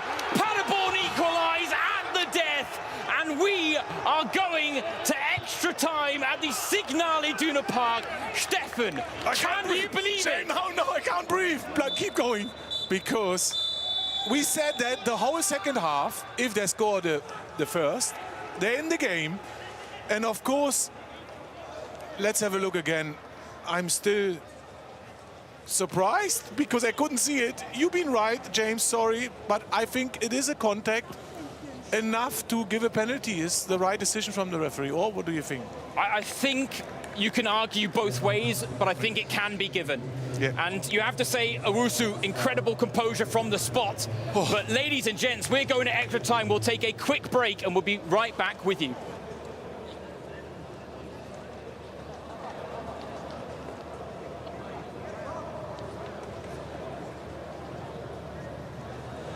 Has been a change. You can see there at the bottom of your screen, Nico Schultz has come off to be replaced by Rafael Guerrero. And you have to say, what a luxury to be able to bring someone like Rafael Guerrero off the bench in a situation like this. But this is the magic of the cup. The DFB-Pokal has delivered in the drama stakes. If you thought Rot-Weiss Essen against Leverkusen had it, well, Paderborn have just blown that out of the water a little bit.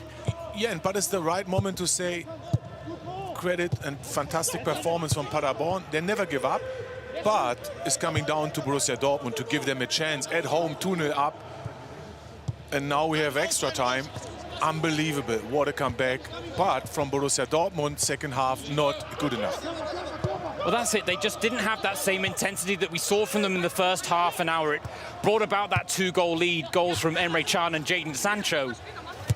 But they almost seemed to think the game was won at 2-0, Stefan. Exactly, but then you have to still press them high and still win the ball early. Don't drop automatically deep. You play against the second Bundesliga team. And that shows how strong Paderborn is, but it shows also how weak Borussia Dortmund can be if they don't work hard. Or not hard enough.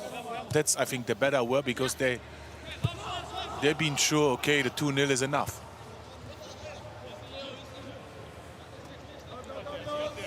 No, it looked like the type of game and performance that might have allayed some of the pressure for Borussia Dortmund. They were looking like they might come out and make a bit of a statement against the Paderborn side that, let's be honest, historically speaking, oh, that was a nasty fall.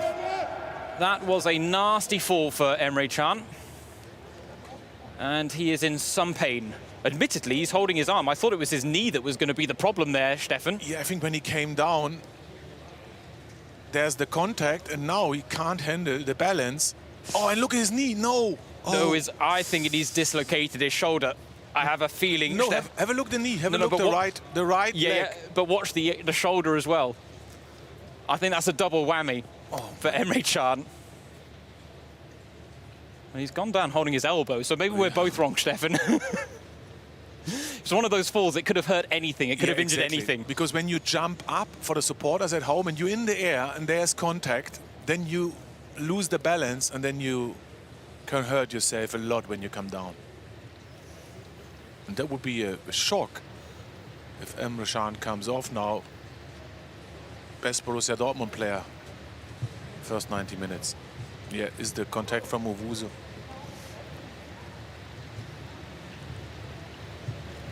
I really don't know how his elbow is what's come out as the most injured part of his body there, Stefan. It's one of those, it's hard to explain. Emre Can isn't someone that stays down easily. He is a combative player to the core.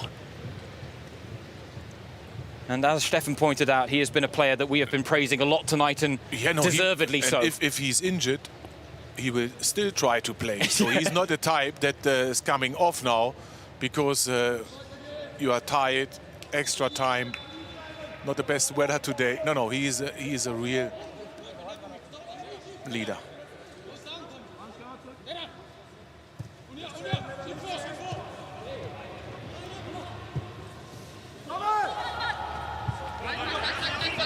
So, and I think that's now the right moment that if you Edin Terzic, now you have to tell your team, go up, press high, what they're doing now when Signale has the ball, 1 against 1, win the ball early back and create chances and increase the tempo again. That's how it is. I said, I really feel like Dortmund gave Paderborn a chance to take control of this game. They took control. That's exactly what I mean. And when fantastic, James. So my English sometimes, that's exactly what I mean. Yeah, in the first game, it generated even more momentum.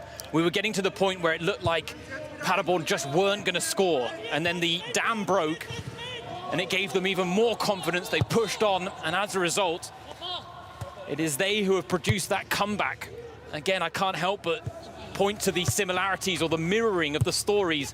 When Paderborn last came to the Signal Iduna Park, they were 3-0 up at half-time. There's Haaland is in now. Erling Haaland! Of course. Well, he thought he had scored to make it 3-1 on the cusp of the 90th minute. Instead, it got ruled out and a penalty was given to Paderborn. This time, Erling Haaland will not be denied.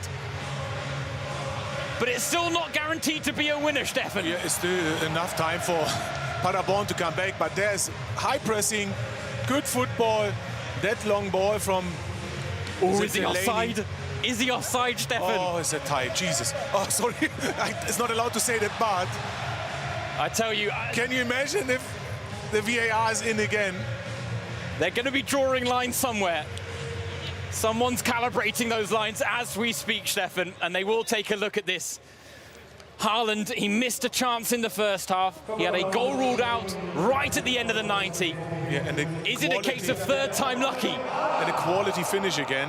Love to see that. Strikers, when you go 1 against 1, score. But they are having a look at this, and I will believe a very close look, because from the naked eye, Stefan, it was so hard to make out. For me too, James. But good pressing. So Stefan Baumgart is not sure too. Well, he was also saying, he's saying... Have a look now. Oh, Delaney, I think... Oh, I think it's offside. I think it's a fraction, but I think it's offside. The discussions go on, but that was a lovely thing Stefan Baumgart was saying. It would be a shame if it does get ruled out, but I won't be too upset to Edin Terzic, which is, again, even in the heat of the moment, Stefan, shows his personality. Is too late, but have a look. There's an individual mistake from Ingesson, because Delaney didn't try to pass the ball to Haaland. He tried to play forward under pressure, and Ingesson missed the ball, and then Haaland is in. And it's so tight.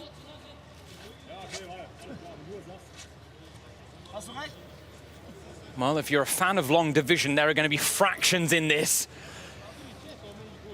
Boy, what a game. I was going to say, you could hear a pin drop here at the Signal Iduna Park, but something tells me that would be the case even if it was sold out right now. Yeah, and still, if it's a goal for Dortmund, it's not done, because the performance from Paderborn is too good today. But you also know it's such a tight call because of how long it's taking to make the decision. Here we go. I wonder whether we're going to see the lines. You see, Delaney is looking for Sancho and Reina, not for Haaland. And I guess maybe the question will be whether Schonlau got a touch on its way through. But that shouldn't really change anything, actually.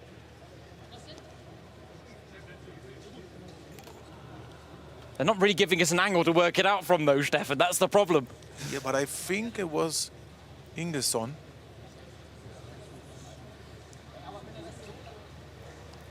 The fact is, was Haaland offside when the ball left Delaney's foot? Yeah, that's the question, and that's really tight. I mean, this is bated breath. This has been a couple of minutes now. So they are going over this time and time again, I'm sure, to make sure they make the right decision.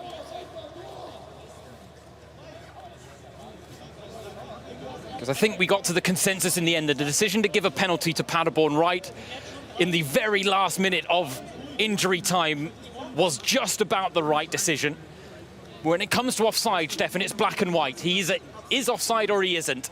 Yeah, and you have to stop in the right moment when the ball goes from Delaney's foot. Exactly in that moment. And then it's difficult. It's a goal. The goal stands for Borussia Dortmund. They are back in front thanks to Erling Haaland. 38 goals in 39 games for the Borussia Dortmund striker. And I wonder what Tobias Stieler, the referee, is talking to Steffen Baumgart about here. I think there's no contact from another player. So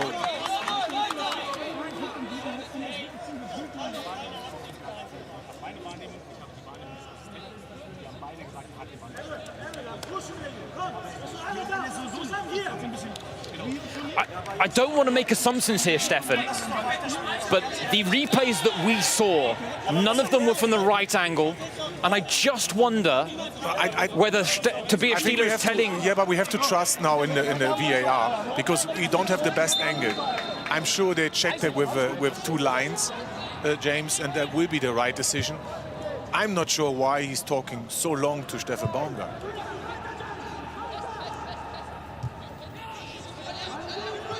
Well, Steffen Baumgart did have that tongue-in-cheek statement just a few moments ago. I'll be a little upset on your behalf if it does get chalked off, but not too upset. The fact is, I think in the end, he's a bit upset it's been given in... Yeah, and maybe he said something and the 4th official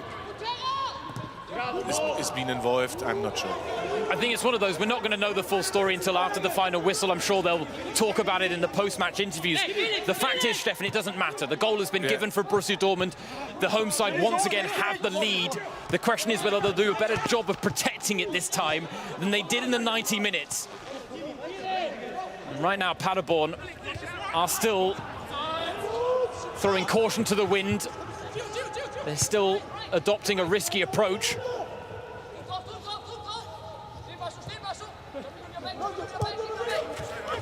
And now, of course, Borussia Dortmund have to use their individual quality to keep that result. And when you win the ball in transition, you go for the 4th, because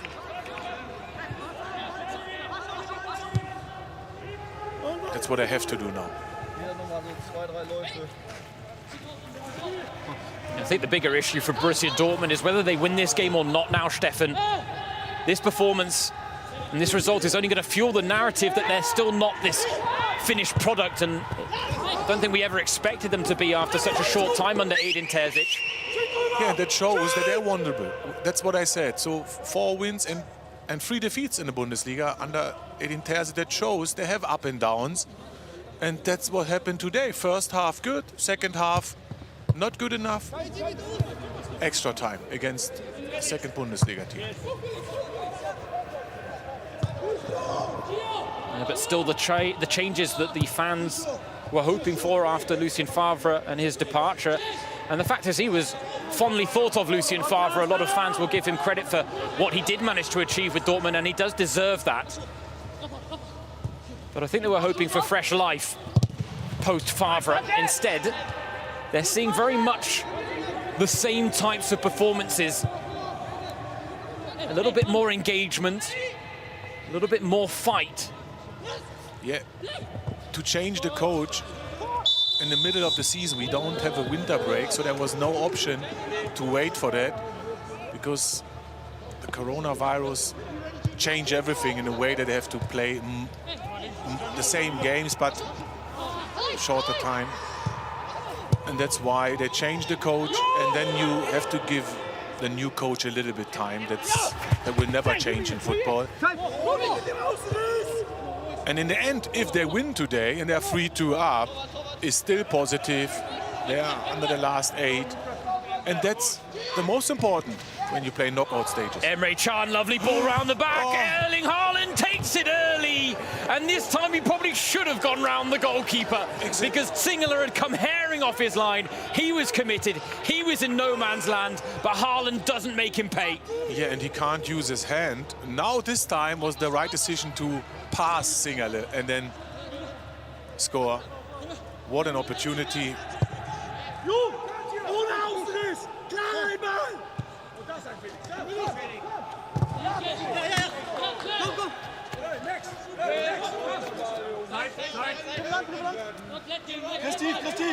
Christi! Ausrichten! Dazwischen! I have to say, listening to Steffen Baumgart on the sidelines, it makes me want to get out on the pitch, Steffen. Me too. And get involved in the action and fight for the next challenge.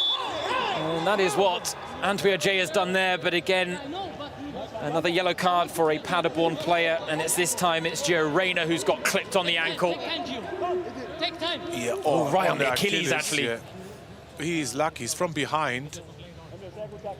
Can be a red card, not to be too negative, but he couldn't play the ball. I have to say there will be a few Dortmund players that will be feeling the after effects of this match. Paderborn have made their presence felt. The challenges have been fierce and hard fought. Good news, Reyna is fine. Yeah, certainly wouldn't have been a pleasant feeling for the man known as the American Dream, given the nickname by the man on screen, Erling Haaland.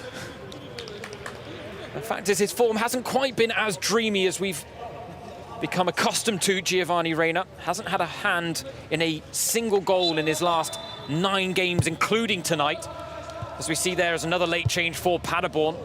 A familiar face to Bundesliga fans, Marcel Heller, the former Darmstadt and Augsburg winger, coming on. Yeah, and position for position, and a little bit more pace. Marcel Heller is one of the quickest players. He's 35 years old now, so yeah, maybe a little bit slower. Maybe just a little bit than we used to see from him in the Bundesliga, but the fact is... Yeah, I can remember when he scored goals for Darmstadt in '98. Great goals. Couldn't stop him with his pace. A little bit like Sancho. Terenzino goes down. No foul given. They've won it well here, Paderborn. Ingelsson trying to bundle his way through, and he almost did so in the end. Piszczek just about stood in his way. Yeah, and it's still exciting to watch. I think it's a really good football game. Everything possible. And don't forget, we talk about David against Goliath. Oh no, in terms of the DFB-Pokal bingo sheet, we've ticked a lot of the boxes tonight, Stefan. And it certainly exceeded my pre-match expectations. I was very excited for this game. We knew there were going to be goals between these two sides. We knew it was going to be attacking, ambitious football. But the fact is, we've had the sprinkling of the magic of the cup in here as well. Exactly, and I think still Dortmund have to score the 4th, because Paderborn again in possession, the better team at the moment.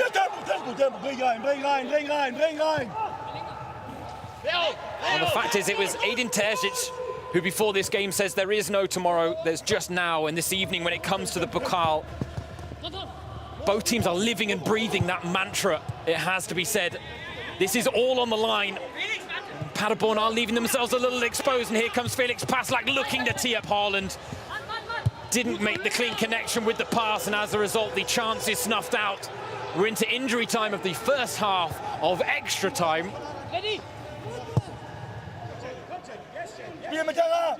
+6. We had 6 minutes of time added on because of the lengthy stoppage, because of the video assistant referee check for the third goal, but Antwi Ajay is in behind here. And Chan is taking no chances. It's still exciting, and Reyna was injured too.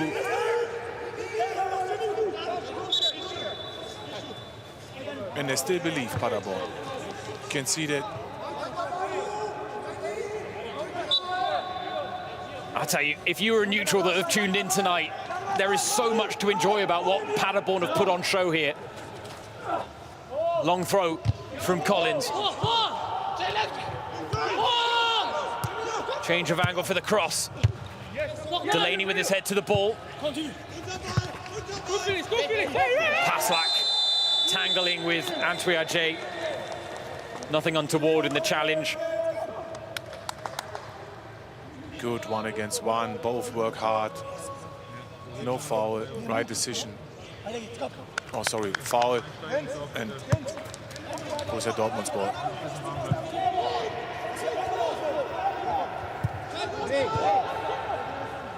So tactic, you can see still a 4-3-3, but with more attacking players on the pitch than in the beginning from Paderborn.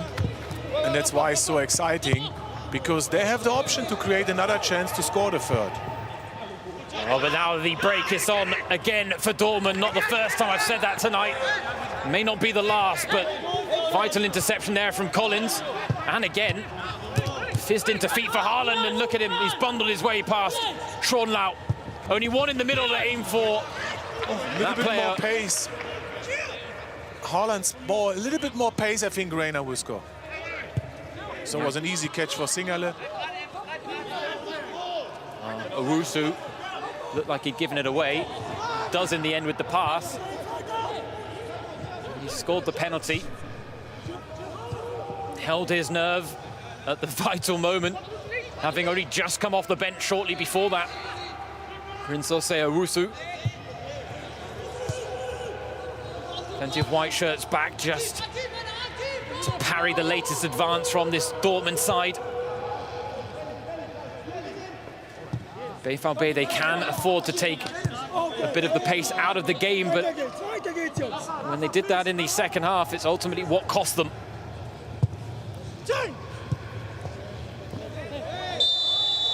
Nice touch and turn there from Rafael Guerreiro. One of the most one-footed players in this Dortmund team, but if you listen to any of his teammates, that left foot of his is a magic wand, Stefan. It is, and he's scoring a lot of goals for a left back, and he can play as a left attacking midfielder too. So to have someone like him on the squad, and he can play as a central midfielder.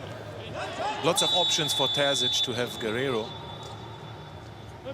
One of the most underrated players, arguably, in this Dortmund side. And he has admitted he does prefer playing at left wing-back as opposed to the pure left-back role. And I think we see that when you take note of his attacking qualities.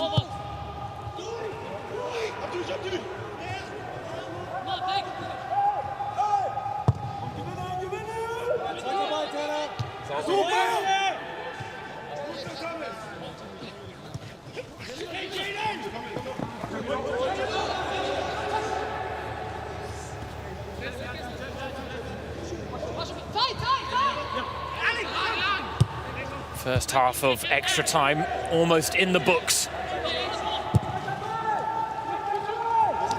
Just like in normal time, it is Dortmund who will take in a lead at the break. That is the final action of the first half of extra time. More twists and turns, Stefan. They just don't stop, but Erling Haaland... I'm still surprised, James, that Paderborn came back. We all know why, because Paderborn being stronger than we've been thinking before the game, and Dortmund give them the opportunity. Now they're 3-2 up, and it's exactly the same situation then, second half. Can they come back again? And let's say 15 minutes to go. What I can say is they will create another good chance, for sure. So Borussia Dortmund have to score to be safe, the fourth one. Yeah, you certainly get the impression that from here on out, it's going to be all or nothing for Paderborn. We saw them play with that type of mentality towards the end of the 90 minutes, and they rewarded themselves. They've only got 15 minutes of time left to work with, but Stefan Baumgart is using every second and every word he can to rouse the troops here. I'd love to hear what he's saying. Yeah, but I know what he said. He's a former player, his emotion. So he's talking, look like he's a part of the team. And the players know, so come together now. This is what he's saying now. Put everything in what you can do. Work hard, be compact, press high. Guts and glory, Is that tight? Still. But we don't have the best angle. So we have to trust in the VAR. The problem is the way we're looking at it. The angle of the camera is also working against Erling Haaland. We're not quite level with the play. So it's making it very hard. I think that's why our instincts are to say it looks a fraction offside, but I have a feeling the angles are actually working against us there a little bit. But it's so tight either way. And the fact is, the video assistant referee may be a little busier tonight than they would have liked. So there's the conversation in between Baumgart and Stieler. And my view is that everyone from the Paderborn, the assistant coaches too, they didn't believe what Stieler said. I'm not sure. But definitely VAR is the new way to find out is a goal or not. So you have to trust. And it's always the truth in the end. Well, we do have 15 minutes of extra time remaining here at the Signal Iduna Park. We have already seen moments of high drama and high quality as well, it has to be said, from both sides. Paderborn can be so proud of what they've put on show tonight. Especially the character they showed in the face of adversity. They were 2-0 down after 16 minutes, but they clawed their way back into the game. They never stopped believing. And even now, with Erling Haaland having restored a lead for Dortmund, the belief is still there, and the chances might be as well. Important challenge. They are ready to throw caution to the wind. The kitchen sink is coming Dortmund's direction. 2 early chances for Paderborn. A round of applause from Steffen Baumgarten. It's Justvan again with the chance.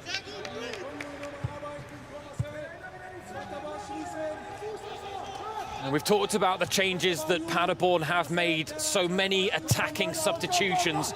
Ingelsson, Svante Ingelsson, the 22-year-old Swede, is basically the only midfielder on the pitch. He's the link between the back line and the front line. Steffen Baumgart doesn't have a voice left. He has put everything into this performance, just like his players have. And I think they will all walk away from this game being able to look at themselves in the mirror and say, I gave it all.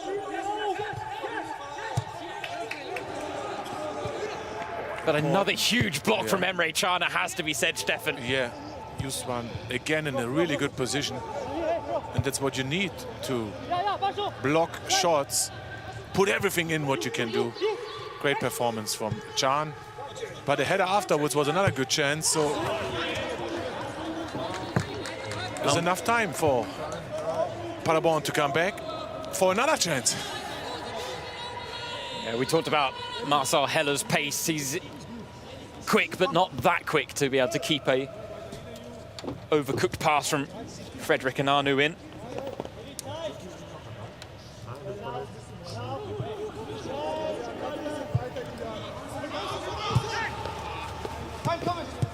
Something tells me Erling Haaland, who we just saw on our screen a few moments ago, he'll be coming away from this type of game focusing on the things he could have improved.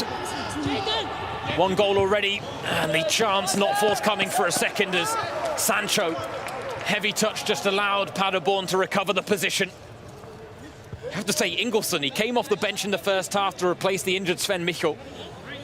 He has not stopped running since, the midfield motor. Yeah, can play as attacking midfielder, but also as a holding midfielder. He's doing a great job. And this time was Haaland to drop into the midfield and give the pass to Sancho. 1-2 from the corner. Sancho, Guerreiro worked well now with the Portuguese. Cross blocked. Sancho wants it and gets it from Giovanni Reina. Still players and bodies to aim for in the box. But again, some patience being shown by Dortmund. Not rushing. Sancho, the offside flag stays down. Piszczek was the one making the run to the near post, showing some striker's instincts there, but again, the chance for now just peters out for Borussia Dortmund. And again, Steffen, I feel like they're doing the same thing they did in the second half of normal time here in injury, in extra time. They're trying to manage the game. They're trying to take the sting out of it. Yeah, but they have now more possession, and Paderborn have to work hard to win the ball back, a little bit harder than second half. So overall, they're a little bit better in the game, Borussia Dortmund, but you can see Paderborn is still believing. And the final pass, the final dribbling have to be better, than Borussia Dortmund will score the 4th.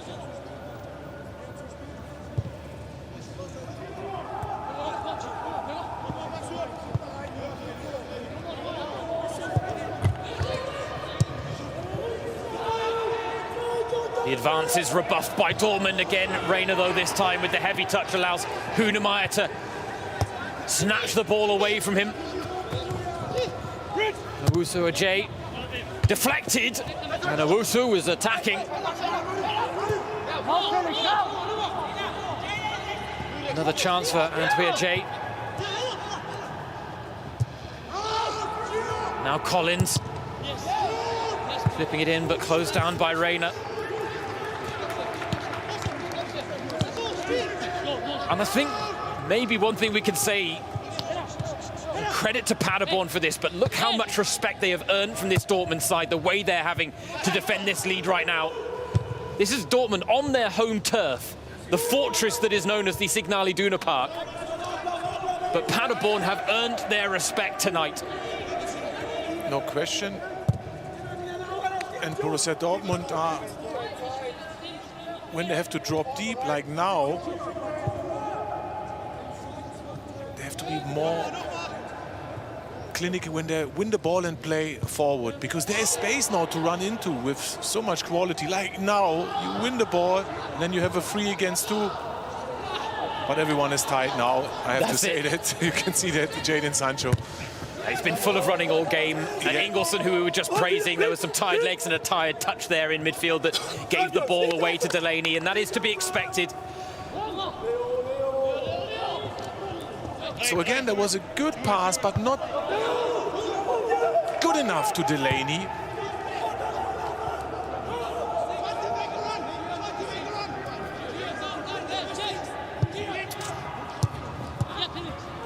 Paderborn trying to break the lines, but Piszczek read the pass well. Delaney's holding his groin in midfield and trying to stretch it out after that marauding run forward late on in this game. Another who has covered so much ground tonight and does look like he's picked up an injury.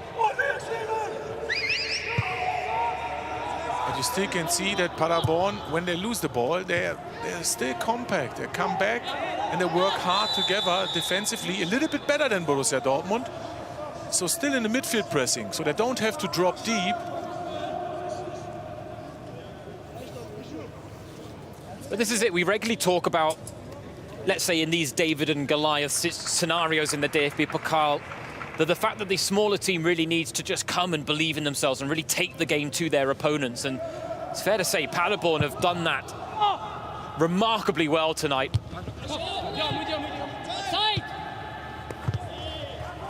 Dortmund, in the end, this may be a case of just getting the job done.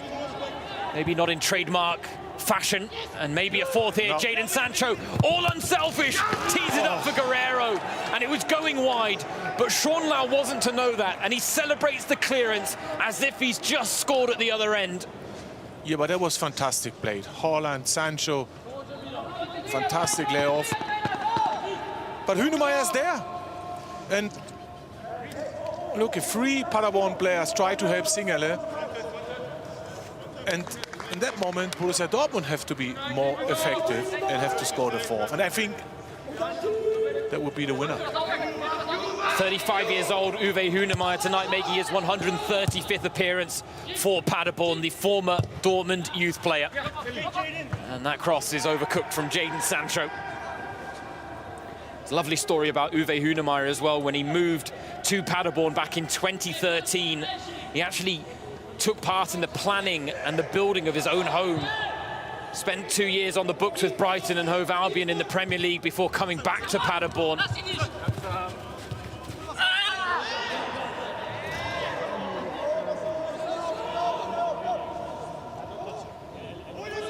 Marcel Heller going to ground a little easily in the eyes of Tobias Stieler. And while we talk about the luxury of bringing on Rafael Guerrero, Stefan Freud. Now Marco Reus, not a bad idea. 113 minutes played, why not just bring on Marco Reus? Yeah, and don't take me wrong, that's what you have to do as a coach. Marco Reus maybe is one of the best penalty shooter, and it's only 3-2. So if they score last minute, you need players on the pitch that can score from the spot.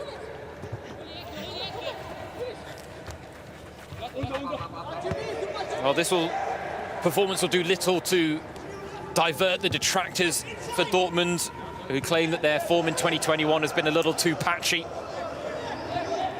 Perhaps a performance that, despite the fact that they have or will book their ticket to the quarterfinals if it stays this way, it's another that will add add to a bit of the pressure that has bin mounting.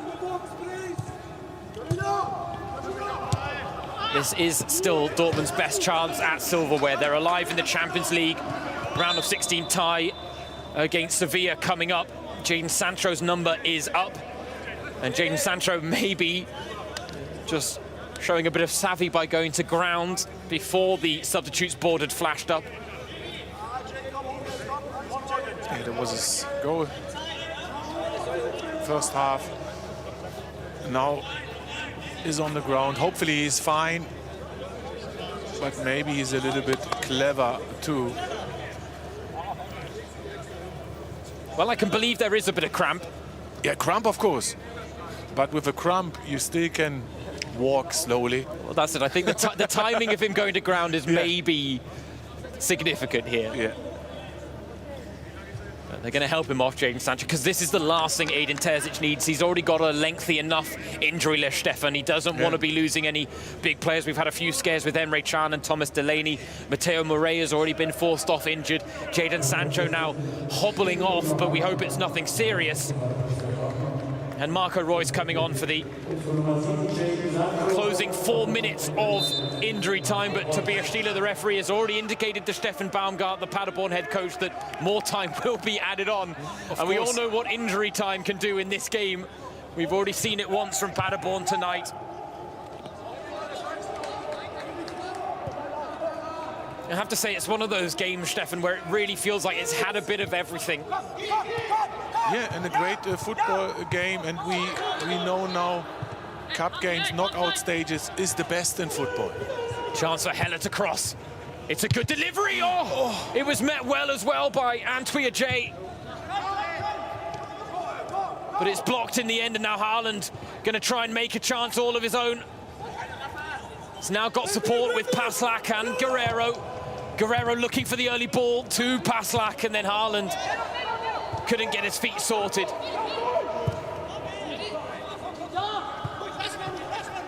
And still the work rate from Paderborn is fantastic. Could you see, I think 6 or 7 players came back to win the ball.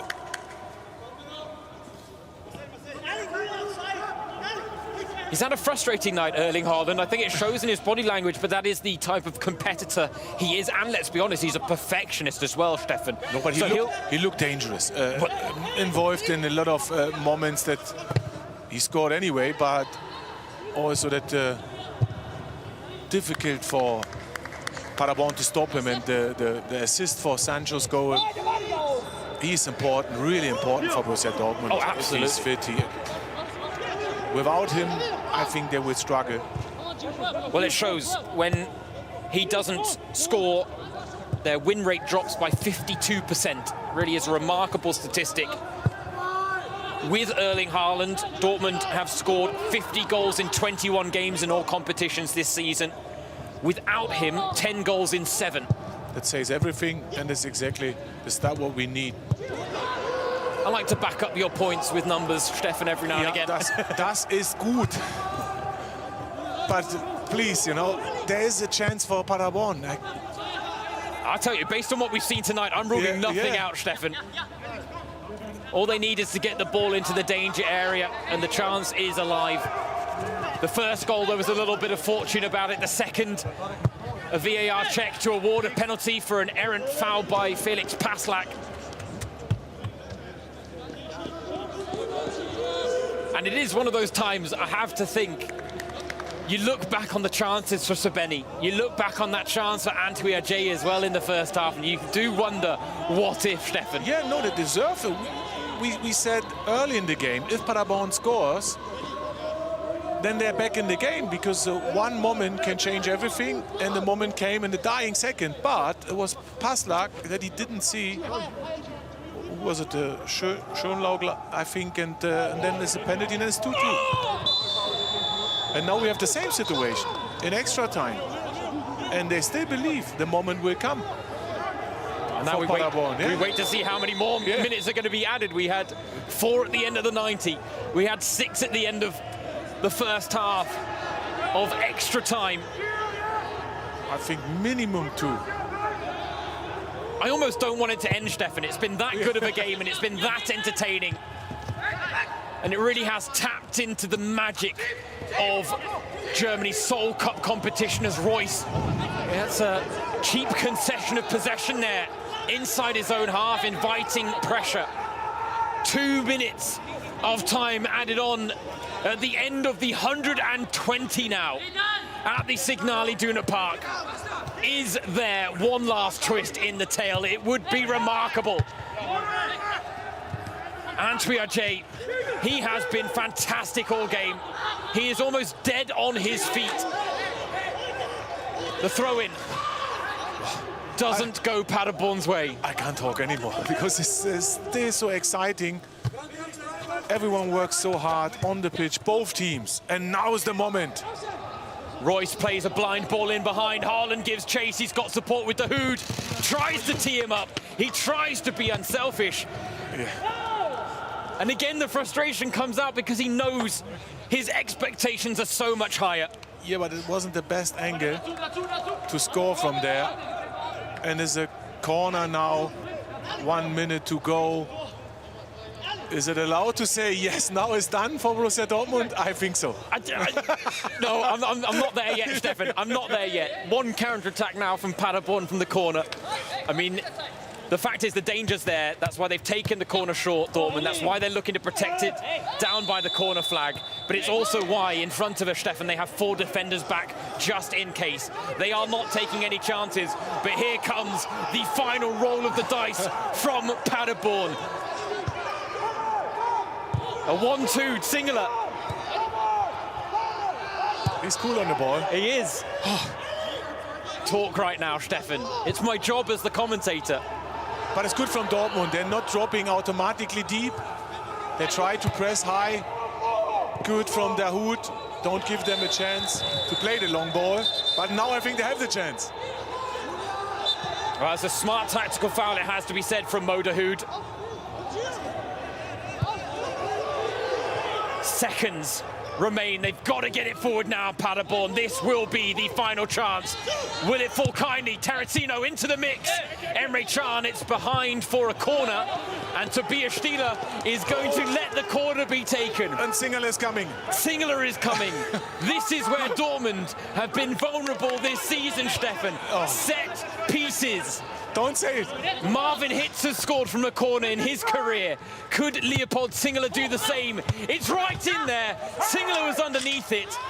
Chance on the follow-up for Justvan. And a vital deflection from the man, Erling Haaland. He hasn't acquitted himself in glory up front. 1 goal, but what a vital touch this is. Yeah. Well, I think Hitz would save the ball, but it would be on target. But referee Tobias Stieler is going to let this go. One last chance from the corner. I feel like I've said that 3 times now, Yeah. Stefan. James, well done. In at the near post. Another on the follow-up. Justvan! This time it's over. And that should be that. The Paderborn sidelines were ready to celebrate. Justvan, who scored the first tonight for Paderborn, cannot get a third. And they've given it all, Stefan. But in the end, it wasn't enough. But this is a night that will live long in the memory. DFB-Pokal glory escaped Paderborn. It is Borussia Dortmund who, having left it all on the line, have ended their run of being knocked out at this stage of the competition. They booked their spot in the quarterfinals for the first time in 4 seasons. And they had to dig deep. Exactly, and have a look into the faces. Every player from Borussia Dortmund is really tired and down and happy to win the game. And look at Steffen Baumgart straight to the Borussia Dortmund players. He knows a really good performance from his players and his team. And Borussia Dortmund have to be very good to beat them. They really did. And they're still creating chances, so let's say a few words. 6-4 chances first half already, so they created chances when they've been early 2-0 down after 16 minutes. They came back second half, and in that moment, key moment, you could see they can create another chance and then the final moment to have a penalty and to score the second one. Don't forget, before Sancho had 2 chances to score the third, so that's why overall is a deserved win for Borussia Dortmund, because they created more chances. They've been, I can't say the better side, because Paderborn had always their possession and they always put Dortmund under pressure, and that's why a really good football game. David against Goliath. I have to change my mind. No, not David against Goliath, against 2 really good teams. Two sides that like to play attacking, ambitious and attractive football, and we saw that on display tonight. Stefan Baumgart talked about wanting the fun factor in his side's performance. We saw that from Paderborn. They never gave up. They clawed their way back from 2 goals down to take it to extra time. Unfortunately for them, it was 1 step too far. Erling Haaland is the winner for Edin Terzic's side, but this was not the most convincing performance for Dortmund, and the criticism will continue to come. For now, though, we say good evening to you all. It's been our pleasure to bring you coverage of this. For me too, James, and well done. Great job. Thank you very much, Don't stop Stefan. to talk. It was brilliant, but the final score, after the end of 120 minutes at the Signal Iduna Park, is Dortmund 3, Paderborn 2.